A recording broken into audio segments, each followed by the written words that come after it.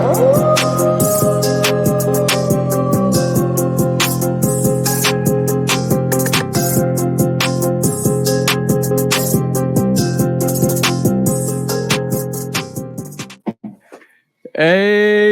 what is up, guys? Hope you're all doing well. It's a Shudo podcast. What episode, bro? Because I always forget episodes. 26, yeah? 26. 26. How did they let us get 26 episodes? I don't know, bro. I thought we'd been canceled by now. Wait, they can't cancel us. We do this. Yo, bro, we had been called. I'm gonna say the last guest we got a really special guest today, amazing guest today. But the last guest we had was a young sneakerhead. That was your nephew, not blood related nephew, but your nephew. Yeah. Yo, shout out to the bro, Kevin, wasn't it Kevin? Yeah. Kevin. And I'm gonna say, bro, like the what he's talking about. He's gonna make a amazing sneakerhead. Like he's got some maturity on his head, bro. Like he's not even capping hype wise. Yeah, I'm still recollecting that episode in my head. 19, not for a 19-year-old. He's acting like us, bro. I'm like, what? Right, sounding like us. You can act like something, but it's kind of hard to sound like something. It's hard to sound like you know what you're talking about to people that know what they're talking about. So exactly. But yeah. So how's your week been anyway, bro? It's been good, bro. Real smooth week. W coming in, delayed W coming in. I just had a great week, bro. Went out with my wife over the weekend, 2 days in a row, which was great. So I'm on a high note right now, bro. I'm just riding a high note. Oh, I no sneaker pickups for both of us, I think, because at the moment it's July time. It's July time. I got something to show, but we'll get into that. We'll get into that. All right, cool. But like, shall we introduce our guest, because I think we left him hanging for like 2 minutes. 2 minutes is too long for this. Okay, cool. So today's guest is probably one of the OGs. I look up to this to the bro. I massively have so much respect for him, and to me, he's probably one of the people that's influenced my choices over the last 6 to 8 months. We know that. but without further ado, it's the bro. It is the bro that makes it all come together, and I love everything that he does. And it's the bro, Mr. Miller, is our guest today. So round of applause for Mr. Miller. What's going on, fellas? How y'all doing? We're good, bro. Good, man. Listen, let me just say this, right? When I met TJ, he would say this name, Mr. Miller. And I'm like, who the hell is Mr. Miller? You need to know Mr. Miller, bro. No, so I search Mr. Miller. And the only Mr. Miller I see is Mr. Miller, Mr. Miller 1. And I'm thinking, it's gonna be some sneaker name, like I'm 808 Kicks. TJ got Love Kicks Custom. Like we got our sneaker names, and I'm like, shoes. Oh shit, wall of shoes. Okay, lives popping up. Let's see what he's talking about. And I'm like, why don't I know this guy? That's just me personally. I'm like, because and I don't want to call them names, but you got your influencers, and they do the same things. Maybe they put a little bit more out there, or maybe they pop in for other reasons. I don't know, but I'm like, this Mr. Miller guy should be. I just felt like you should have been on my radar quicker than you were, and I'm that's another thing I have to appreciate about my relationship with TJ, is that I was introduced to you and your brand of content, because it's so pure, even when I don't agree with something that you said. And that's rare, because with the internet we can find what we want to hear. Yes. And it's not always a good thing. Is that, are you aware of that? Like, do you? I'm not asking you if you clickbait, so to speak. But are you aware of your opinions when you get ready to put them out? I think about a lot of stuff when I create content or when I do my show. I think about sneakers 24/7. I think we all do. We're always constantly looking. It feels odd when we go through weeks or a week and we don't have to look for UPS or whatever carrier you got something delivered. We're not looking. You know how we periodically look and see where if it's moving. You know, when you have periods of time where you're not looking for anything, you're still searching, you're still negotiating. I think about the game a lot. So during times I just write down stuff. When I do think about what I'm going to say, it's thought about in layers. It's not thought about in the hype or the attention getting or clickbait. I don't look for. I give my opinion based off just my history I've been in and how long I've been in the game, what I've absorbed from this new wave of sneakerheads that we have, and a bit of a hybrid. And I just I always want to meet in the middle because I came from before when I was on the app and I was getting into it and this new wave came in, I was the grumpy old man, like, get off my lawn. Don't change the game. You're not supposed to put those laces in there.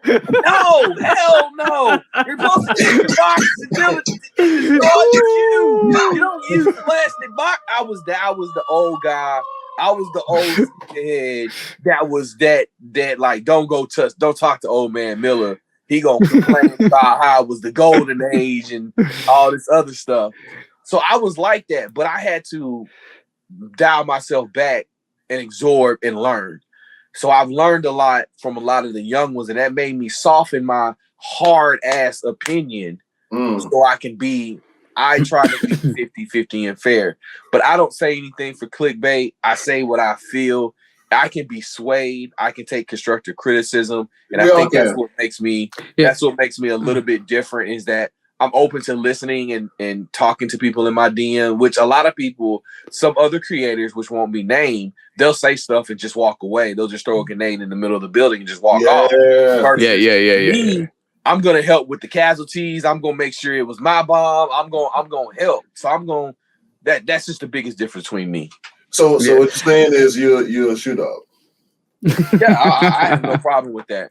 I thought it was a good thing, and I love the name because that's the first thing I thought about when I saw the name. I was like, that's Phil Knight. So you mentioned something, bro, just a second ago. You said you think about sneakers 24/7. So in the facts are men think about 6-7 probably about every 7 seconds. How often do you think a shoe dog thinks about sneakers?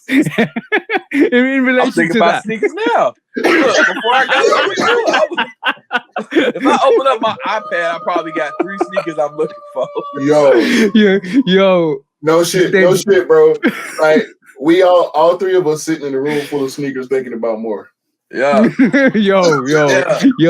We're thinking about sneakers tomorrow. We're thinking about sneakers that are coming out in November, and we're thinking about sneakers that are coming out in 2023. Yeah. and that's the realest of it. Because like, I've told people this. I mean, I've been upfront. Like, I'm retiring soon. Like, I'm getting out this game. Oh shit. Yeah, I'm on my way to retirement. So I'm trying to get the most out of this last leg. So I'm trying to get the most out of it. Like when it's a different vibe. I gave y'all the OG. I'm in the OG room. So when I get down here, I want to start searching for old stuff. Like I want to start searching for stuff I need to re-up. But when I'm upstairs in my vault, like I'm thinking about all the hot shit like coming. So I'm in 2 vibes.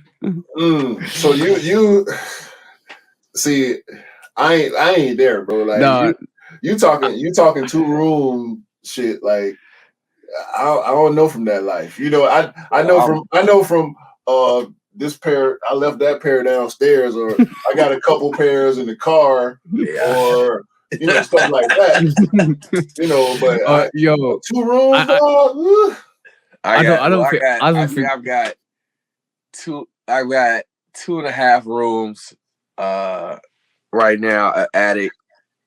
It's just I just have a lot of shoes I've been collecting for over 25 years, damn near.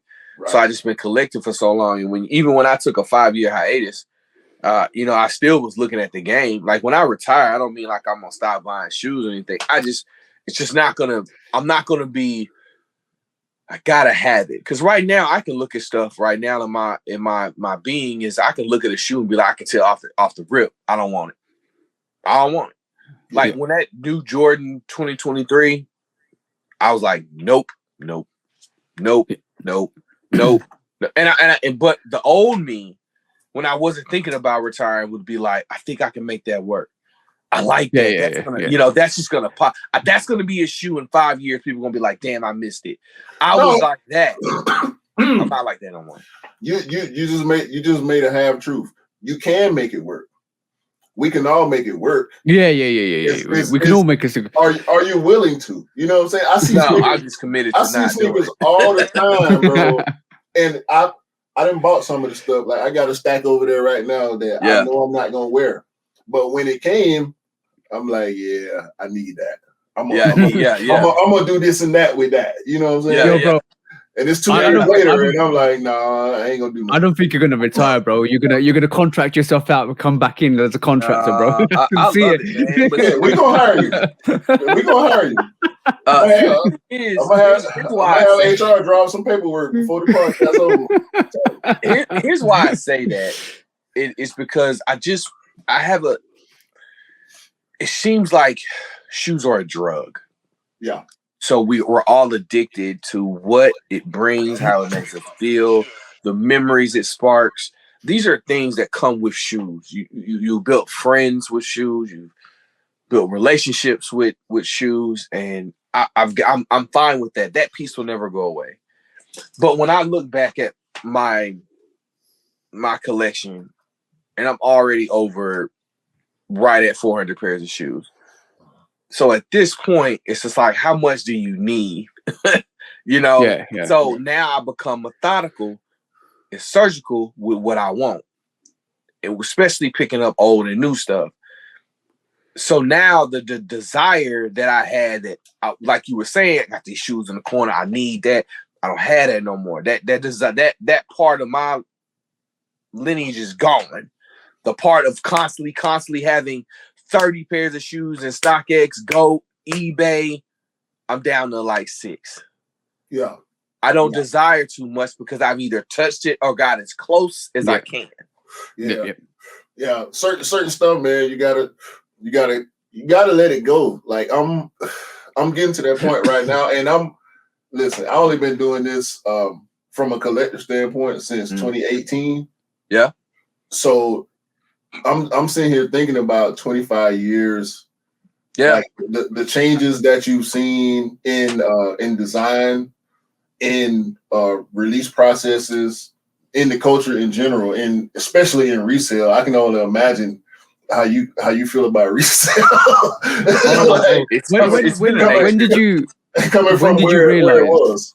When did you realize that when did you actually realize that hype was coming in and resale? I kind of got the gist of where I think it is, but I want to get your opinion, bro. Like when you were sitting there and you realized, oh damn, it's changed. Like I can see the wind's changing. I want to say about 8 years ago. About 8 years ago, it shifted to where it was just like who are these guys? It wasn't a relationship style transaction. You know, taking it back, you know, you used to have a respect for people. Like, yo, you really need these shoes? That's cool. Yeah. There was a respect for that. There was a mutual respect. We saw some signs of goodness in you. It helped. But about 8 years ago, it became bully ball. And it was just like, I don't give a damn. I need this money. And then it's just spidered into so many different other things. And the reason why I say that is exactly the same thing I thought, and I actually think myself of why it started. So it's 8 years ago, brings it to maybe 2014, 2015, right? Internet. The internet. But, internet has a big part of it. Yeah, we started to see a shift in like just the culture and the mood of the culture. The culture was always going to evolve when selling, but it was just the mood, the vibe, the aura had changed us to. It wasn't personal anymore. It was I need my money. It became pop. Yeah, and then I think what I always say and think is, once in March 2015, once StockX became official, it lit the fire, and that actually lit the fire to what it is at the moment. That's my total belief. Yeah, StockX changed the game because it was. Now we had a wider spread. They had commitments from high-end boutiques and resellers and all these other people. They just took eBay's model and gave it a freaking facelift, a new bank account, and a new friends to look at, new friends to hang around. That's all they did. And then I think what they actually introduced and what eBay didn't actually introduce at that time was authentication, making sure your pairs are legit. Because a lot of pairs through eBay, you never knew if it were legit. You have to do your own checks and stuff like that. And then make it cool. And then even the name StockX is like, yo, let's treat this item as a stock item rather than a luxury item that people get for their hobbies. It took a hobby into the professional leagues of trading. Literally. No, the whole system that StockX implemented was supposed to resemble the stock market, right? You had, you got your Robin Hoods and your E-traders and all that they wanted to, and it was a good idea. Don't get me wrong. The execution. That was the biggest thing, is just stocks. They gave you the data. So, and that was the biggest thing that is still to this day, when you think about what information you can get, there's nobody that's touched them in the data-driven part, the analytics part of the buying sneakers. And I think a lot of people, if they had invested some time into, because I tell people, like, you try to read trends in markets, and this is how you kind of gauge. If you're going to StockX and you're seeing the highest bid price, you're already using StockX wrong. I mean, okay. So let me ask you this. Yeah. Do you think StockX is leading the culture, or the culture is leading StockX when it comes to, I guess, prognostication? I guess is the best word to use, because we all guessing, right? I like shoes. I got the Rebellionaire, the Visionaire, the Zion 2, like these recent pickups. The Midnight Navy. I don't care what the StockX number is. Yeah. I like the shoe. So I'm gonna buy the shoe. I've always been that way, for the most part. I have fallen victim to hype a couple times. I'm gonna say that. Don't apologize for that. No. I'm not apologizing for it. I'm admitting to it. Yeah. I'm forgiving. I'm gonna forgive myself. You know what I'm saying? those are shoe dog attributes, right? Like, sometimes you get sucked in. Sometimes it works out for you, sometimes it don't. But when I say, is StockX leading the culture, or is it the other way around? Well, we're not in charge of the culture. I mean, we're definitely not in charge of the culture when it comes to think about it, because the wrong people are leading the culture, I believe. That's a whole nother conversation. I just think that the wrong people are in place, the same people are in place, and they don't want to usher in the new guard. But do I think StockX is leading it? I don't think it's leading it, but they are bringing some gasoline to the fire. I think it's an incumbence of a lot of other things. Do I put a percentage on StockX? No. Now their percentage is a little bit higher, in my personal opinion, because they've started to take on this new persona that I think is going to be very costly for them. They're trying to just spare the rumors, but not fixing anything. They're not even fixing anything. Oh, I was going to mention that to you, bro. Like, recently, like there's a lot of downturn on resale at the moment. Like, in terms of, like, in the UK, in the Europe, a lot of pairs are sitting. A lot of pairs that I picked up are sitting. And to be honest, I don't really care if sneakers sit or sell out. For me, it's like the actual quality, the actual history, and then all the vibe of the sneaker that actually brings me to the sneaker anyway. But like, we've seen a plethora of sneakers actually sit at the moment, and I'm thinking, like, all right, cool, a lot, and I'm thinking, all right, cool, that's fine. I mean, that Midnight Navy Sixes are sit. I was shocked. I was like, oh, this is the second time we've seen this. But see, you know from knowing TJ, bro, we get updates all the time about, this sitting, that sitting, this on sale. And it's like, nah, for the past however many years, we don't see that. No. Every now, maybe 3 retros a year. You're 1,000. I mean, you're 1,000% right. I have a service with Soul Savvy, so I get a lot. Me too. Yeah. So look at all these alerts we've been getting for the past couple of months. Bro, I turned them off throughout the week. I only get them on the weekend. Yo, I'm shout out to Soul Savvy because I did reach out to them because I when they were coming through last year or year before. Bro. I asked them, when are you going to bring this service to the UK? Because I love our UK Europe, and I'm still waiting for them to bring that to here because I think that's an amazing service that they provide. The whole I did the research. I looked through the videos. I kind of bought into what they were bringing in. I was like, yo, but I just need this for the UK. I just need this here. Let me go full circle for a minute on Soul Savvy. This is a whole sidebar. I ain't never talked about them before, because I'm not trying to appear like I'm chasing clout. Yeah. And that's just my personal opinion. Maybe it'll look like that, maybe it won't. But I've been paying $30 a month since October 2020. And it was because of the PSG 4. Mm-hmm. I was not getting any information on that shoe. The release came. I took an L, and it was $450. And I don't participate in the resale market on a regular basis. That just happened to be a shoe that I felt like I'm not going to pay $400 for it. But if it restocked, because when it dropped, this is in the middle of the pandemic sneaker game, and we getting restocks on a regular basis daily. I ain't getting nothing on Soul Links at all. J23, nothing. And I don't know what's going on with them too. The Soul Links and J23 have been. They've been a little laggy. They're laggy. A little laggy. So I get a commercial because I'm a fucking YouTube fiend, right? Like I don't watch TV. YouTube is my TV. I get a commercial, Soul Savvy.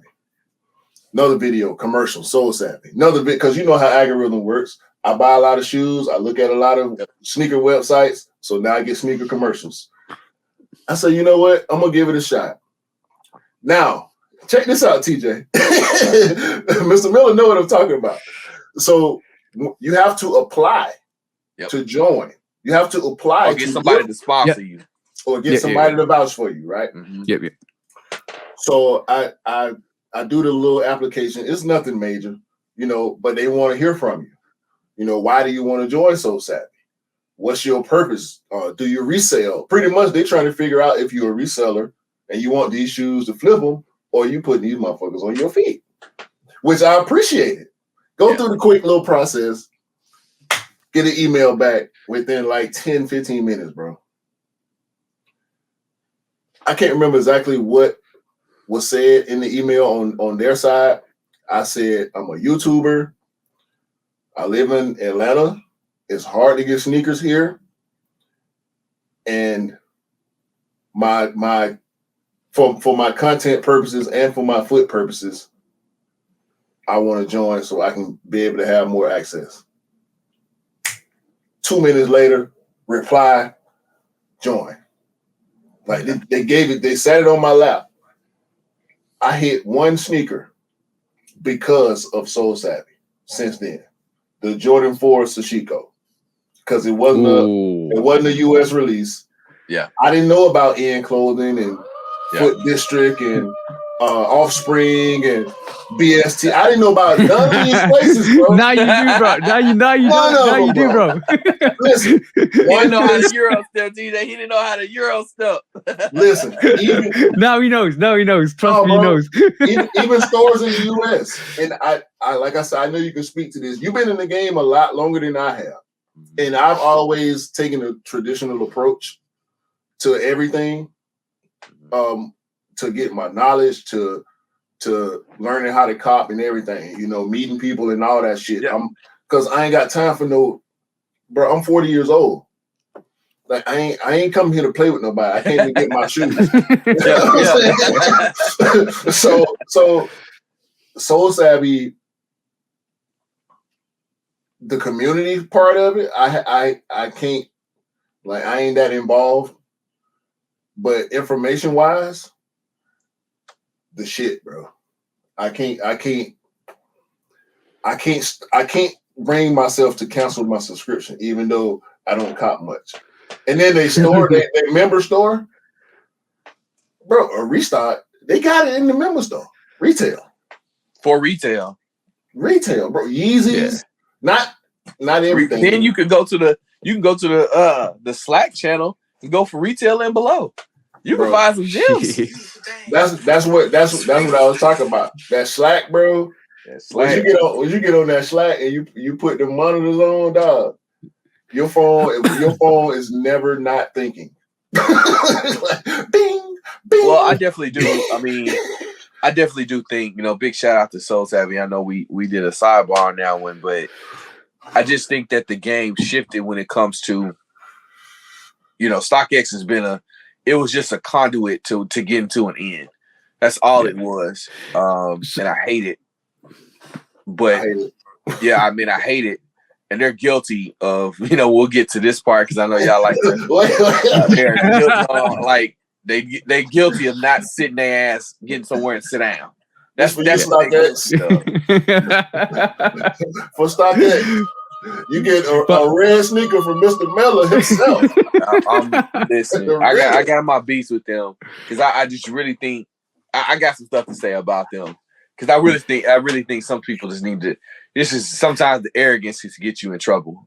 Arrogance and entitlement can get you in trouble, and they're about to learn. It's so apparent. Yeah, it's so arrogant. So in terms of stock, in terms of the whole market at this moment in time, as we've seen, I do feel it's starting to shift. It's starting to shift back slightly, but I get the feeling that with StockX, they've lost was it 12%? No, they lost 12% staff last year and 8% this year. Right. And for me, it feels like there's definitely a downturn in resale, and it feels like at this moment in time, the resale market's bottomed out for anything that's not a collaboration or anything hype. But then when we look at collaborations and hype anyway, it feels like it is oversaturated because it feels like at this moment in time, Union Cortez are sitting, Mason Shatter Rogue Jordan 2s are sitting, in the UK, and there's full size runs. So it feels like, yes, even collaborations at this point, unless it's special, it's not going to sell out. So they don't. Go on. Let me ask you a question on that, because I think we had a really good discussion. Is it sitting, or did they make a good quantity amount? And that's another thing. I think a really good conversation. Yeah. I think in terms of a mass stock, but I think it has for me it has a knock-on effect as well, because if it's limited and it's a collaboration and everybody wants it, I think it will definitely sell out. Like anything Travis Scott 1 and 4 will sell out. If it's a collaboration and it's not limited, and it's not something that everybody really hypes on, like these Cortezes or these Mason Shatter Rogues, or even the Sakai collaborations that we're getting, they might be a mass stock, but I don't think they're overly produced. I just feel like there might not be hype on them, and people are like, all right, cool, this is just a collaboration.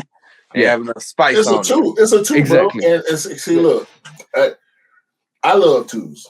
Generically, like it ain't no. I love the Chicago 2, right? So based on my love for the Chicago 2, it's gonna be a bunch of twos that I like, and I've been saying this more recently. It's not always true, but for the most part, we expect and we receive great quality from. That's what I'm talking about. That's what I'm talking about. And it's yellow. Ain't nothing wrong with the yellow too. That's a classic right now. That's a grail for me. That's a grail for me. You know what I'm saying? Not a grail in the sense that I ain't willing to pay. Well, I'm not willing to pay resale for it, but they just waiting to crumble. When they come out this year, I gotta have them. Oh yeah. You know but it's hype. I think hype has pushed collabs into a space where it's pop now. Yeah, but I'm gonna say this, and I truly believe this with everything, all my essence, right? That the whole collaboration thing, that came from Yeezy. That for me, Yeezy's not had a collaboration. Yeezy, what Kanye did with Yeezys when he started pushing them 350s, and when that whole thing when Yeezy at the end of the year, was it 2017 or something like that? He goes, "I just jumped over Jumpman." Right. That changed the situation. That changed the ballpark, and I think Jordan was like, "We need to do something here. We really need to do something here." Because and this is why since then, 2018, 2019, you've seen all of this stuff, collaboration to collaboration, bro. That's just to basically make sure Yeezy don't jump over them again. New Balance is coming up as well, so this is their methodology of keeping ahead of the rivals. I truly believe that. I never thought that Yeezy jumped over the Jumpman. I just thought that he. I just think I think he was the first person to grab his attention. Hey, yo, he jumped over like, money wise. When I checked the receipt, they ain't jump over nothing. Now, if you want to say he made Jordan do what you just said off the fact that he was like, damn. This dude was in my lane. He took a couple market shares. Yeah. But he ain't never jumped over no Jumpman. But I think the statement would because it's mass hysteria and everybody kind of in the media is like, "Yo, this is happening. Look, Yeezys are so relevant." Slides. Q don't like Yeezy, bro. I'm in all black. but the whole from that whole perspective, like we're talking about when zebras were like what $1,900. Oh yeah, I bought the first zebras. I had the first zebras, the turtle doves, the pirate black. Yeah. I had them all, and I that's what I hated about that was Yeezy did what he said he was gonna do. He was gonna make his shoes available. When I bought that zebra, I paid $1,600 for that bitch. Sheesh. What? Sheesh. Paid 16. That was supposed to be a one run. That zebra was supposed to be limited in a one run. And then 4 months into the shoe, they saw the demand and they re-released them. So I hate it. Anytime I see a zebra, I get sick. You still got that shoe? I don't have any Yeezys in my collection. Good man. except for just phone, because I work from home, so I'm in slides all day. Other than that, I don't. I got rid of all my. I had about 18 pairs of Yeezys. I don't have any more. That were like good. I just good. He said some things I didn't totally agree with, and kind of like Us over here at Nike, because I'm officially unofficial Nike employee. So official. I have full non-disclosure on all background information, so I can make all the allegations I want. So us over here at Nike, we appreciate you staying on the Jedi side. I'm a Nike whore. I mean, I was just rearranging shoes before I got on. I got some new ones in and making space for a couple new ones I'm gonna add. What did you go out? Did you go out this weekend? Any point this week? What you had on feet? I didn't go out yesterday. I was with my boys all day yesterday. My wife did. My wife rocked the Jordan 2s, the Chanel Abney joints, the green ones, the green lows. She rocked those and she killed the shot. Yo, big shout out to her. That's a beautiful shoe. I will be getting that. Shoe. Yeah. I wasn't particularly. I didn't like the highs, but that green low is perfect. Listen, perfect. This is not my size. Oh, it's not? So my wife went in for me. I didn't go in for him. And her sneakers is automatically US 11 because I'm a US 11. And she didn't realize the W was there. Shoe. So it's a 9. Bro. Bruh, I gotta do this. This hang tag, dog. Oh, bro, that's dope. This is metal. This is metal. Yo, that's a dog tag, bro. 100%. It's beautifully crafted. I mean, just to perfection. It's ridiculous, dog. I love the shoe. It can help me retire my Forest Green 14s. I can retire those. Bro, and I can't. I want to put my foot in this so bad. Yeah, but it's got to go back. We going. My wife. My resale wife not bad on resale is nah. They got bad. I'm gonna get me a 11.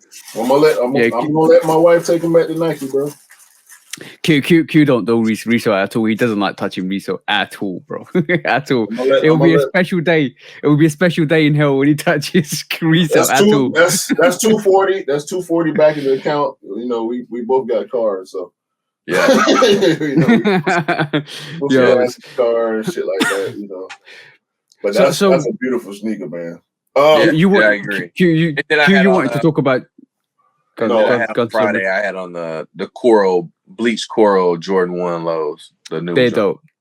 They're 100% dope. I got them for E the other day. They are really good in hand. I wanted the Mystics, but I couldn't get them. What Mystic Navy? If you want a pair, bro, they're sitting here. I can just go and grab you. No. We good. Yeah, I've been seeing a lot of because I'm thinking about getting that painted and putting that Spike Lee joint on there. Ooh, that look good. He did that high and that blue slightly different, but I was like, the quality is nice on that Mystic. I said, man, put that little Spike Lee joint on there, paint the blue a little bit to get it that right shade. You'd have a. Wait, so you customize too? No, God, no. Hell no. That is attention. That is literally like I got friends. You have to have attention. I got two cooking right now that I'm we working out prices and schemes and customization. I got two. Y'all make sure y'all follow Mr. Miller, man, for sure. If y'all don't already, y'all should. I finally unds my pollens. Ooh, I was on the fence about them once I saw the taxis or the yellow toe.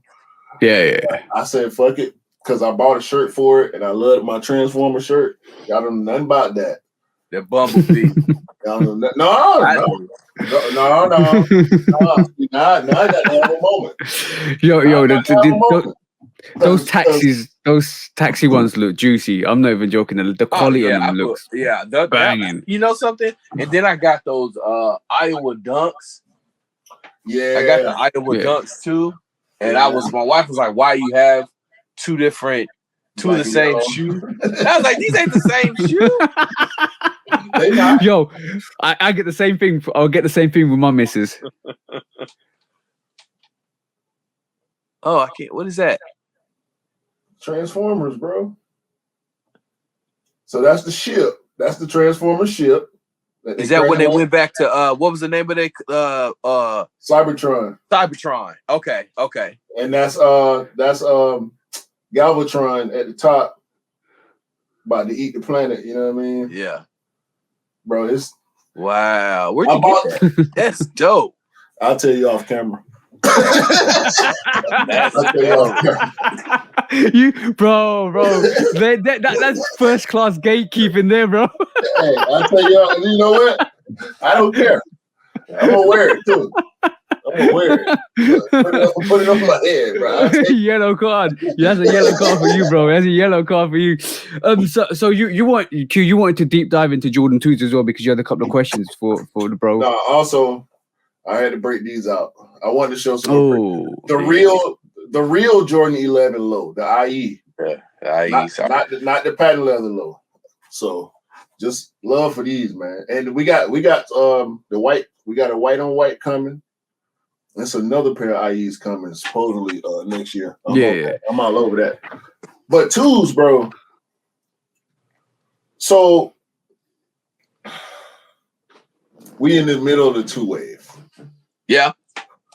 I'm a 2 guy. I got in the game after the last 2 wave.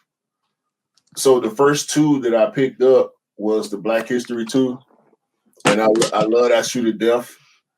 I got the I'm on my year 2s. I got gypped on the Mason Chateau 2s. I ordered them. Order got canceled. No tray. None. Shout out to No Tray.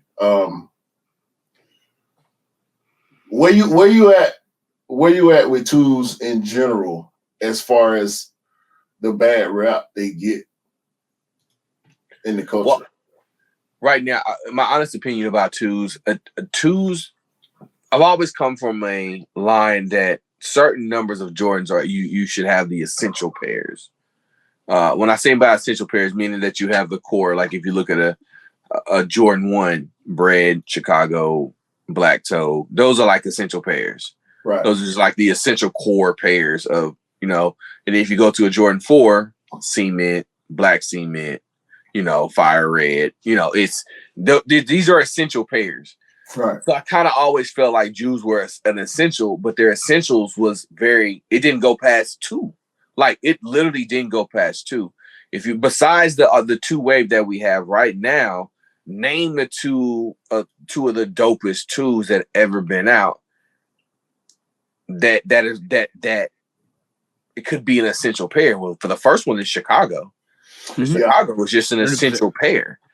100%, Jordan didn't wear a black version of it. Of course, they tried to sell us on that black. If you remember, they tried to sell us on it, and we were like, "Nah, we didn't." I'm good. We're not jumping on that one. I'm good. They've also tried to do their best job with the 2 because look, there's only been, if you look at it, 2s have some of the least amount of quantity silhouettes than any Jordan for a reason, because he didn't play in that thing long. Yeah. So the Jordan 2s have an acquired taste, but I do think it's essential. The number 1 shoe in a number 2 in a 2 is the Chicago. The next one, I'm high and low 1 and 2. Chicago. High. I got the high at 1 and the low at 2. As far as the high is 1. The highest will always be 1. I would do the 2 as the 2 low. What you just said, I would consider that 1A and 1B. I consider that. Okay. Yeah, I would. I don't want to take up a spot when they because some people feel that the lows look better and they Jordan played in them. We saw that, so it can be an incumbent. It can be their site of history through the lows are the same. So I'm giving the 2 low that 1A 1B. The next one is gonna be, I've heard they call the home. I call it the All-Star Game Jordan 2 because he wore the all white with the red trim. The alternate Chicago. Yeah, the alternate Chicago's. He wore in the All-Star Game, and I remember him talking to Dr. J because Dr. J was one of my favorite basketball players. Right. Through a relationship with my dad. That's number 2 to me because he actually wore that shoe. Again, we want to see him in the shoe. So that's why I can't put like a DB, or I can't put a Quad 54 2 or the K. I just learned that so we've been pronouncing that wrong. So is it K? It's K54. Yeah. I'm sorry. Here in the South, or at least where I stay. Oh, bro, I've been saying it wrong. I've been saying it wrong for. It's the U, bro. We're gonna call that Quad 54. I don't know what y'all talking about. That K. Yeah. I learned the hard way. That K, and I got educated real quickly when I was making some connects from the UK, and they was like, "Nah, man, why are you calling that Quad?" And I was like, "No, look, I actually called it. A K54 for a little while until I got educated on it. So I was like, no, it's the K. It's not the Quad. It's the K. I was like, all right, listen, cool. Me and TJ met because of the Jordan 5 K54. I was trying to find a source because I knew it was a Euro UK release. Did you give me those, TJ? Yes. I sourced them for you, bro. And I told you no, I'm not going to give them to you because it costs. It's going to be the cost of the sneaker plus the tax plus the shipping. He told me the exact same thing. He might have copied and pasted the same message to us. Okay? No, it was a different message, No, I'm bro. talking shit. But no, bro. That's a 6. Right. I ain't like the Brown at the time. At the time, Brown wasn't doing it for me. But that K54 5, I actually researched. I had to, bro, because I'm like, when I get the shoe, I'm gonna do the video, and I don't want to say it wrong on the video.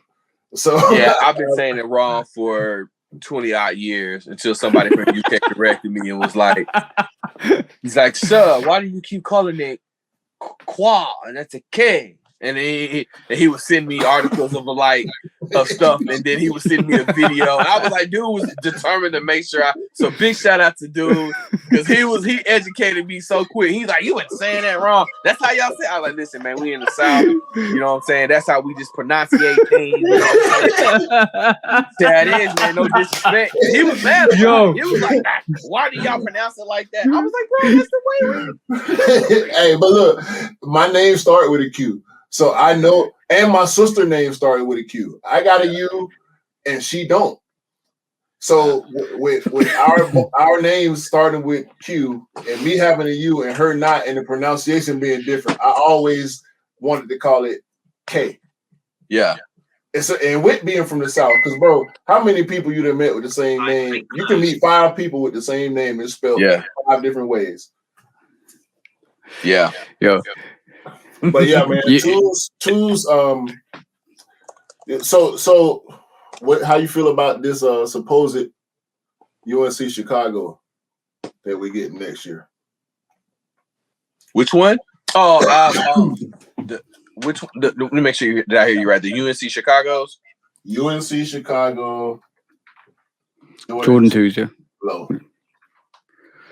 Is it the one? Which one is it? I seen there's an OG version that my son had that had little. It was more the obsidian, but not that one. Not that one. No, I'm about to pull it up right now for you. And I hate I don't have that shoe.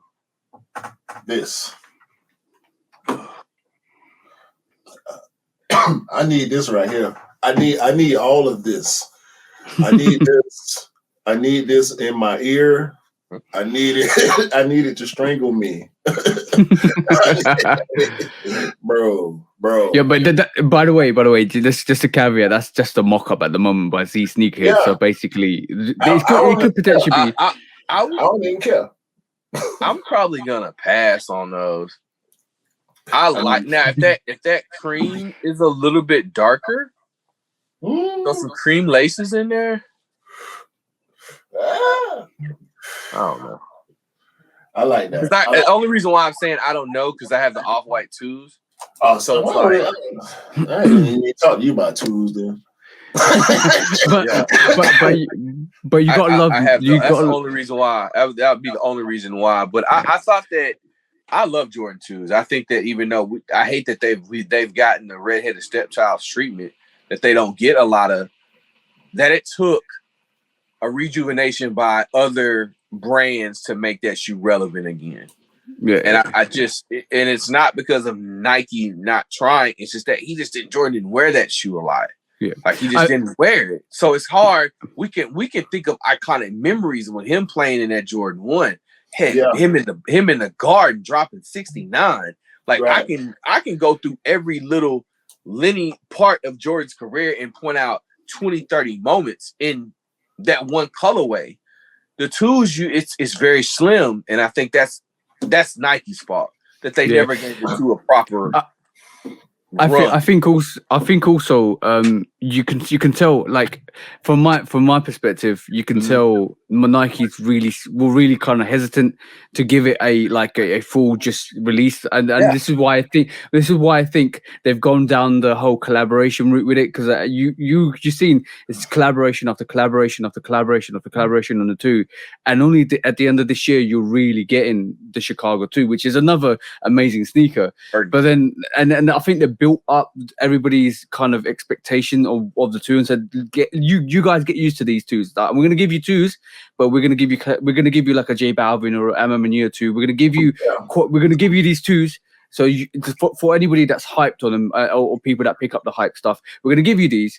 You live with these, and then we'll give you some proper releases next year. And this is why we've seen the UNC to Chicago 2 come out next year when people are more used to seeing 2s in circulation. Yeah, I agree with that 100%, bro. We see because we pay attention. We can see a trend forming, or we can see a marketing strategy being implemented around the 2s, but they can keep them J Balvin's. Yeah. I like Give me the mellows. I like the unions. Bro, just drop mellows. Bring the mellows back. Drop mellows. I'm not paying $3. I thought about that shoe, to be honest with you, Q. I thought about getting that shoe because I don't have the mellows, but for $300 and I don't give a damn about that damn light, I can probably go throw me a silly low bid out there and find me a dead stock pair of. And you know what's really interesting, bro? The really interesting thing about it was those Mellow 2s actually went on sale. They actually went on sale in the UK. It's like how massively an impact. And this is where you do the right thing. Breeze did that too. Yeah. And this is where it's really interesting. And I'm gonna just a little bit of a prediction what I think might happen in the next couple of years or 2 years. And this is what I wanted to also touch on was from my perspective, like when Yeezy took a swing at Jumpman and made him bleed. I'm not going to say jumped over Jumpman, just made him bleed slightly. Yeah. And he drew a little blood. And then LeBron's got his ring, next ring, and all of a sudden, bang, the Last Dance comes out, and that totally bang, overnight, bro. I like how you frame that, bro. LeBron won another ring, and then boom. Take this. I think it's great. I do think it's great because that's Michael. I didn't need The Last Dance to know who Michael was, though. Yeah, I love it. Exactly. It's for the youngsters, But now, Michael been petty all his life. Michael been petty all his life. Yeah. Listen. When I was in the year 2000, was it 2000 or 2001 when he played his last game? I want to say 2000. I was 17. No, it was after that. He came back in 2001. Whatever year it was that he retired, bro, I shed a tear. You know what I'm saying? Because I grew up hating this guy on the court and loving his shoes at the same time because I'm a Hawks fan. I'm Atlanta through and through, bro. I would never root for your team. You a Dominique, Spud Webb, bro, all day. Vince Carter, Lou Williams, Mutombo, anybody that ever came through here, bro. Except Al Horford. Except Al Horford. Malik Bullock, Bullock that played for y'all. Mookie Blaylock. Mookie Blaylock, yeah. He was a J too. But shout out to Atlanta culture helping Mookie Blaylock smoke as much crack as he wanted to while he played for us. But I like for the young people, and that's one reason why I want to get Kevin back on here eventually, because we didn't get into the jump man. Like we know the actual jump man. To them, it's a logo. My 11-year-old niece loved. She cried. I got her a pair of Marina Blue ones to go back to school. She started crying. You know what I'm saying? Her first pair of ones, right? Yeah. She's 11 years old. I could be watching The Last Dance and she wouldn't know that's Michael Jordan until she hear the name. You know what I'm saying? But she loved the sneakers. Yeah. So now we just to cut you off, bro. I'm gonna elevate the question. I'm gonna elevate the question now, right? Because basically we know what The Last Dance did, and we know how much of an impact it was for all the youngsters. Because we know from our sake, we've been through the whole Michael Jordan era, and the youngsters haven't, because the youngsters that born in 2000s, they're actually about 18 to 22 now. They're picking up sneakers. They actually got reaffirmed with The Last Dance. Now we've seen that situation.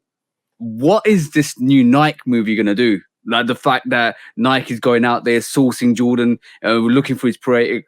He like the whole battle between Nike and Adidas in that early stage where Jordan was talking to Adidas, Jordan was talking to Nike. I'm just saying, it's almost convenient, bro, that it's gonna drop soon. We're gonna see it hopefully next year. They've got the UNC to Chicago 2s coming out. It's almost convenient, bro. You know what I'm saying? Yeah, I ain't thought about that. So what do you think this movie is gonna do to like the whole? Because right this moment in time, as we speak here and talk on this podcast, I can definitely say there's a downtrend. Just due to the financial circumstances in the world, and all our hardships, but there's a downtrend at this moment in time. They furthering the pop agenda, bro. this movie, we think so. We just came from a place where for the past several years we've been saturated, right, with these undesirables. These people that I wear kicks to go cop kicks. Am I different? Am I different from any one of y'all in that? No. I'm jumping fresh to go cop. Yeah. Whether I hit on a raffle, line up, camp out, whatever the fuck, I'm fresh when I go cop. I don't want to see your fucking Crocs or your Walmarts, your work shoes and all this type. Like if you just left work to come cop, okay, but bro. If you ain't fresh in line, I kind of don't respect you unless this your first time lining up, maybe like something like that. But this pop agenda, bro, that's what we're experiencing. I believe that's what we're experiencing. We, for the past several years, have been in a popular game. Now, I entered in 2018, right? But I've been a sneakerhead in my mind since I was 9 years old. 7 years old. First time I saw Jordan 5, Black Metallic, which is the greatest sneaker on the planet. Can't nobody tell me different. So I grew up around Deion's and Bo Jackson's and Air Max and all the Jordans. When it was before it was the Jordan 5, it was just the Air Jordan. Like since then, you know what I'm saying? So when I got to a point where I could physically be a sneakerhead, that's what I did. With all due respect to everything that I had seen, and all the knowledge that I'm gaining, right? But everybody that started being a part of the sneaker culture didn't come in from that perspective. Some of them came in looking at it like, oh, this is what, bro, it's people that work at the goddamn stores that don't know what the shoes are. Oh, bro, that's I hate that. Like literally, I had the same situation recently where with the Midnight Navy 6s. I called the store and asked them, "Have you got Midnight Navy 6s sitting in store?" No, we don't. So I walked past. I drove to the store, walked past the store, went to the other store to pick it up, went to the store to check what they had, and they had Midnight Navy 6s there. Like, I called you. And you basically said you didn't have them. What the hell? Like, man, you don't know the sneakers that you actually stock. That's different though. A person working at a job because they need a job is that. A person that wants to work at Foot Locker versus a person that took a job at Foot Locker. Those two different people. Those of us that take a true part in the game, we gonna be here. Like what the hype is down, right? I don't give a fuck. I'm happy y'all don't care no more. Cause you know what that means? I ain't got as much of a headache on Saturday mornings and Fridays and Wednesdays and Thursdays now because the schedule is crazy. I ain't got that much of a problem no more because y'all don't care as much. And that's great. Yes. Oh, by the way, retail on StockX. Yay, us. We get shoes for the prices that we're supposed to get them for. But by the way, you know why they actually do sneaker releases? Well, they did sneaker releases on Saturdays. Stop kids from skipping school. That's what it was in the US. That's the one, bro. That's the one. Yeah. That's the one. Why the reason why the reason why all the releases used to be on Saturdays is because it stops kids actually skipping school to pick up sneakers. But it's it's pop. That's my opinion. It's the pop element deteriorating. And Well, we're gonna be left with more of what it's supposed to be. Well, I'll say this about copping back in the day, because I've seen an array of different ways to cop. Right.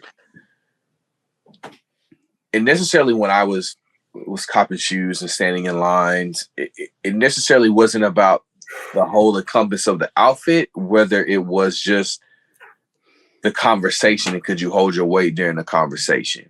Mm-hmm. when you were standing in line. We could sniff out what you were doing before you even when you got out the car. You stepped out the car, be like, buddy, a size 10, he's trying to resell. We can tell that. These are things you can tell, because if we know we want the shoe, we didn't necessarily want to dress up to the occasion, but we wanted to be a conversational piece more than anything. Yeah. So when we stood in line, it was like, yo, I wanted those where you get them. It started the camaraderie of how sneakers was versus now it's very, you don't talk to an employee, you write your number on a ticket, you go out, or what TJ said, hey, you call. He just didn't know the name. Like he, you called him the right thing, but some people just don't know the name, as what you was going to, Q, saying he just got a job. Like he ain't supposed to know. We'll give him a pass because he didn't know. But when you used to cop back in the day, that's what it was about. And it wasn't, we didn't try to flex on you, but we wanted to make a conversational piece. Now, these new cats, they think going up to the shoe store and off-whites and all this other stuff is going to help them, because it's going to show that they have seniority, or they have clout, or they have some type of stripes in the game. And really, it's somebody that's dressed in a Black Jedi hoodie, a busted Supreme hat, you know what I'm saying, with some Black Cat 6s on, that'll smash your shit. Yes. Yeah. It's not the person that's saying I'm the loudest in the room. It's the person that's sitting in the corner not saying shit. Oh, the quietest person is always the deadliest person. The deadly type, or that person that's just like, yeah, you may not want to talk to me. Because I've dealt with people like that, where I've seen where these young cats come in there, got all these, man, what you got on? They try to roast you. And he was like, yo, let's pull up these receipts. Pull up that IG account. Hey. Now, we got receipts. Hey, you talk to your boys like that. Don't come talk to me like that. That's what they do now. Because I've had that done. I've had that done here. I've had that done, and when I was out of town and I was near a raffle to do stuff. Like, these young kids will have the impression like if what you have on will dictate if you win or lose some things. And there's some cases that happens, and I hate that. That's the real thing. It's up here, bro. It's up here. No, it's not. I know people that work at shops. No. I'm wait. You saying that's true? Yes. Yes. I'm a guy, bro. I've been in this game for 20 odd years. I know that's true. Like, I'm not making that up or hearsay. I'm telling you, I know that's true. Shit. Everything I'm saying is not hearsay. I don't speak in hearsay or what I thought I'm thinking. I'm telling you, I have seen it happen. I have talked to employees in stores, nothing here in my experience in states, Texas, Oklahoma. These are states I've lived in where it's like that. That it literally, they're picking and choosing. Yeah. There is it's the same thing with some stores here. Like they basically pick and choose who's going to win, who's going to actually. I see it, bro. I see it here too, but I see it so much over there, dog. It's It's very and like I'm gonna say, like bro, we were talking about this before we actually start recording.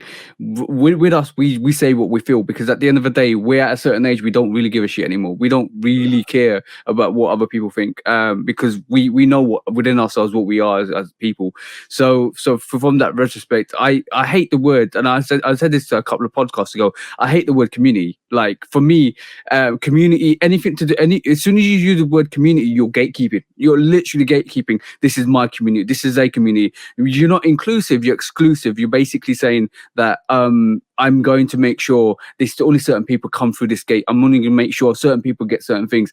For me, it's not about community. It's about basically helping other people trying to achieve the same goals as you do and the same hobbies that you do. You can't name it because at the end of the day, if you say, "Oh, this is my community," or "This is the X community," or "This is the Y community," you're literally saying you have to do certain things or act a certain way to be in this community. I don't like that. I don't like that at all.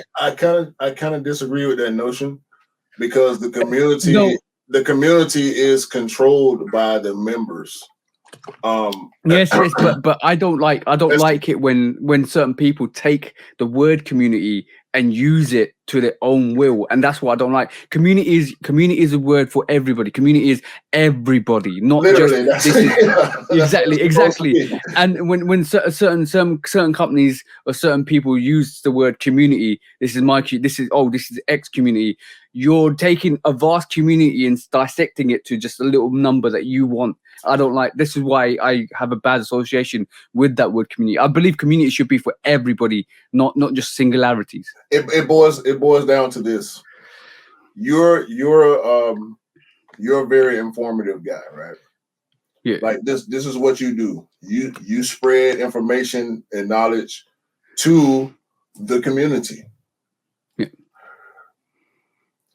Because you do that, and you've spoken on this before, there are people in the community that will take advantage of the information that you put out in good ways and in bad ways. And when you spoke on this, you spoke on a guy commenting to you on TikTok, asking you why you're giving out so much information. Yeah. I can see that from both perspectives, because if he's a reseller, why are you telling people how to get shoes for retail? That's hurting me. I don't give a shit, bro. if he's a sneakerhead, a collector, why are you giving everybody information that we should only have? You're making it harder for me to get my pair. That's gatekeeping. Yeah, that's the emphasis of gatekeeping.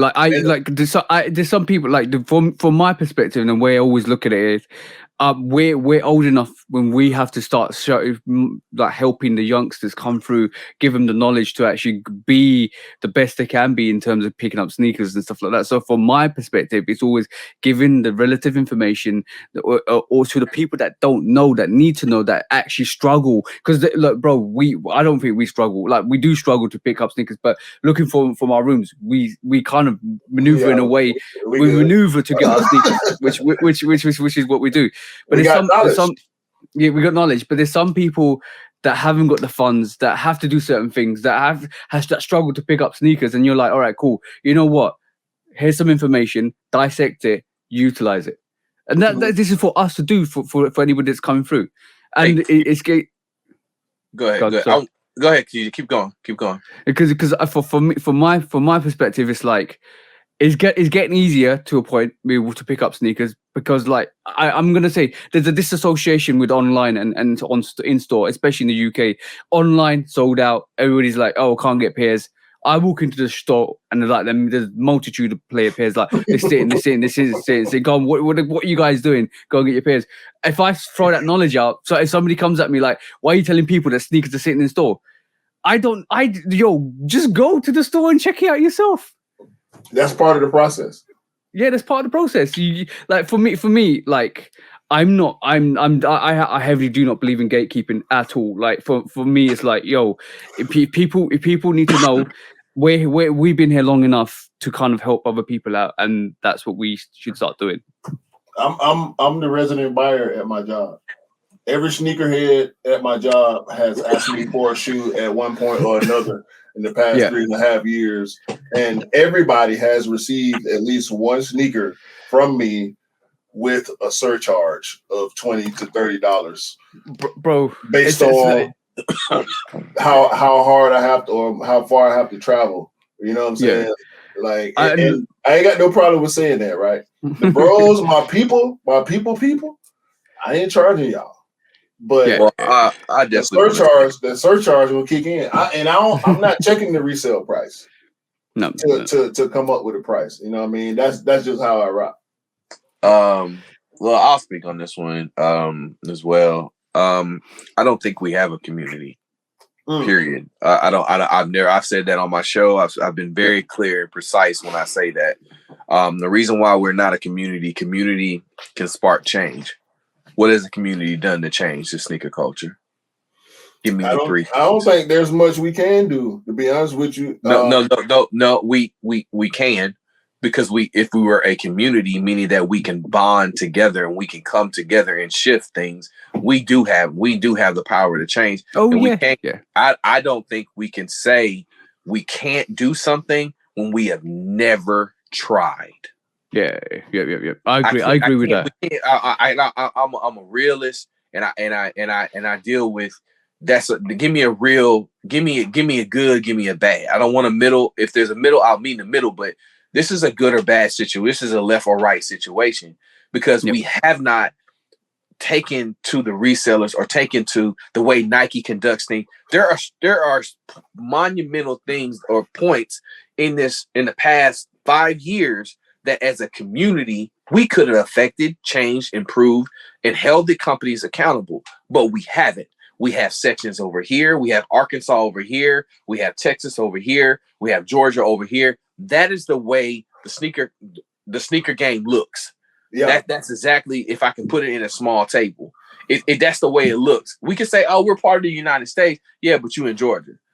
But you know what I'm saying? And I'm just using that as an example, but we're not a community because what have we bonded together in unison and shifted?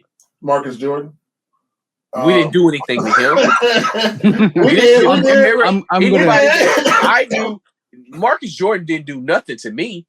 I live close to Memphis. I knew people that had them shoes before him, and we laughed at Marcus Jordan. We thought that shit was funny. The coach didn't do anything to Marcus. What did Marcus Jordan lose? None. He lost credibility. No. He never had any. If you know Marcus Jordan, he never had any. That is a valid point. You're right about people I run with, we never cared for Marcus Jordan. We knew he wasn't about shit, so he didn't lose credibility to the other set of people that's been in the community and have a longer tooth in the game. He didn't lose shit to us. Yo, I'm gonna say you hit the nail on the head. That's major respect right there, bro. Yeah, I ain't never thought about it like that. Yeah. And I'm older than Marcus, I think. Yeah. I'm gonna say one thing though. You hit the nail on the head. But we were joking about this last year. I think last year, or the year before, when resale was crazy. It was like, especially after the Last Dance, it was like, what if we all stop buying resale sneakers? And like that. I'm just saying. No. But this is what I'm getting. This is what I'm getting at. Like, right. It's not us. Yeah. It's just the fact that we can't get on one accord to accomplish one thing that we all can do. If we're a community, let's come up with 3 things as a community and say, let's tackle one. But we tackle one thing. We can't one do that. thing, not just one thing. No, we can't do that. We ain't got. We can't do that. So how we ain't got no sneaker community when we can't do that? We ain't got no flag. That we all agree on. We ain't got. we were just talking before we started. Subjectivity, right? So fucking what? You like the Union 4s? I don't. You like the biohacks? I don't. And I'm speaking from a personal perspective. I don't like Union 4s, none of them. Maybe the guava. And I don't like biohacks, right? I just sold those guavas. That don't mean I'm less of a sneakerhead. It does not. Shoe. You know what? So some people, I sometimes you got to put your hand up and say sometimes, all right, that sneaker's not for me and or not my cup of tea and stuff like that. But there's sneakerheads out there that if you like a certain sneaker, they don't rate you. Like, what the hell are you talking? Like, I don't really care if you wear Yeezys, New Balance, Mishinos, or Asics, or LA Gears back in the day, or any sneaker, Kangaroos. Like, bro, I don't care what you wear. I have respect that you wear what you wear and you flex it and you wear it the way you wear it. But like, you can't judge a person that's sitting there and saying, "Yo, you wear Asics. I'm not gonna like you. You're not sneakerhead. What the hell is that? No, get out of here, bro. Seriously." You see a motherfucker wearing Kangaroos right now, especially new Kangaroos. They new Yo, colorways and they're expensive, bro. Bro, them shit's like $350 retail. Like, yo, but I might judge you if you wear some Mason Margiela glue-looking stain kind of things. You know what I'm saying? I might judge you for that. The pre-distressed tuck chainers. Yeah, yo, I might judge you for that. Chuck Taylor, the tuck chainers. Like, yeah, well, I might judge you for the Mason Margiela's Reebok missing logo things that quadruple the price of what it's supposed to be. I might look at you funny, but I'm not gonna sit here and say, yo, you're not real sneakerhead because you like this or you like that. Bro, get out of here, bro. Everybody's got different tastes. Let me ask y'all a question. We had a really healthy discussion about this on our on my show last week, and I have a lot of conversations with people. I try to respond to people as fast as I can, and in my conversations, in my DMs, because I feel like I'm not that dude. The way people sometimes perceive me, I've never seen myself as that. So I'm just relatable. I can talk to you anytime. Yeah. But he asked me, because this was kind of where y'all were kind of going down the line, but we were asking. He said, "What was the difference between a sneakerhead and a collector?"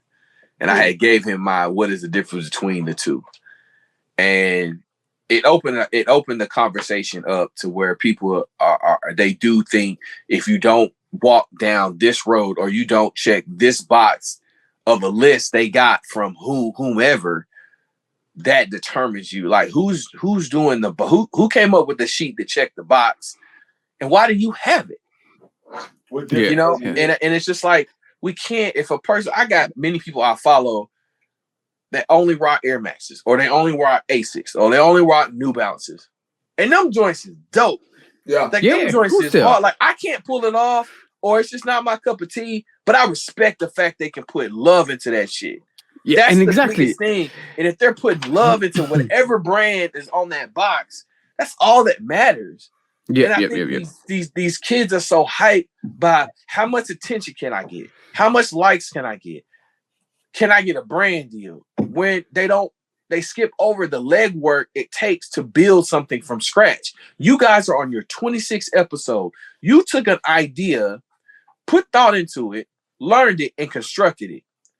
People want to skip over these steps, where in this case, y'all are building the experience and the knowledge of running a true show, and other people just want to be the executive producer the next day. And that's the problem. People don't want to grow their shit. People don't want to grow their collection organically. They just want to jump to StockX, go. If that's what you do, no disrespect.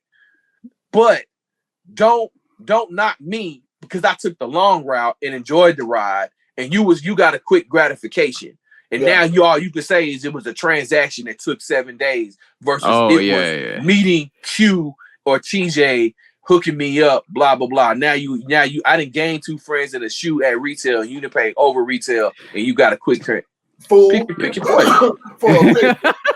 For some light. Yo, experience beats everything. Like it's for me, it's the experience and knowledge that comes with everything, bro. Like that makes you develop as a person, and that's personal development and growth. Like for me, 100%, you can't beat that at all. And the people you meet along the way, I would, if I was that type of person, we will not be talking. Yeah. You see what I'm saying? That's the difference. That is the difference. None of us will be talking. With Q being from Atlanta area, I always say this when I talk to people, and they start to get to know me. And Goody Mob said this. CeeLo Green, he said, "You don't want me to tell you the truth. You want me to lie to you, make it sound fly to you." Yeah, you know what I'm saying? That's from Soul Food, and that always resonated with me because that's always been my mantra. It's like, you want me, I can't do that to you. You want me to tell you the truth? You want me to lie to you, make it sound, because that's what they want me to do. That's what they really want us to do in certain. So when it comes to being an influencer in this game, they want you to sell people on goods that you don't even believe in. They want you to sell you on goods that is gonna get them money, and you're out the game. Yep. So that's why I always speak my truth when I speak to people. Like when I tell stories, I'm telling y'all from experience or firsthand. Like I know Buddy. I can call Buddy right now. He'll tell you the same thing. Tell you the same story. Right, and that's the way it is. And then, but it's a disadvantage for me because you're gonna get shadow banned. You're not gonna be people not gonna see your content because they don't want you telling people the truth. Yeah. Like I said this literally. I said if your main goal for resellers is to take that shoe and go to StockX, you hustling backwards. Yep. Yeah, ain't no. Why don't you have no love in that? Why don't you have a service that you can pay $35, build a website, do pre-orders, or do next day sales? 10, your stuff goes on sale at 11. Like, why are we not thinking outside the box? Because they made StockX look cool. Yeah, exactly. And there's people that are not willing to put the graft in to develop their foundations, to build that reputation. To it all comes with time and experience. Everybody, like you said, bro, it's instant gratification. I know this site is gonna take this sneaker, sell it, take their percentage, and I'm gonna get quick money. But then you're relying on a third party or middleman to actually do the business that you could do yourself and build up your reputation. Like your bro, shout out to Retro Rick. Retro's come through that route, bro. Like he's built his empire from just hustling, building the groundwork and his reputation. That's what it takes. And sometimes people do not want to do that because it's too much work. Listen, I was just talking to Rick earlier this week.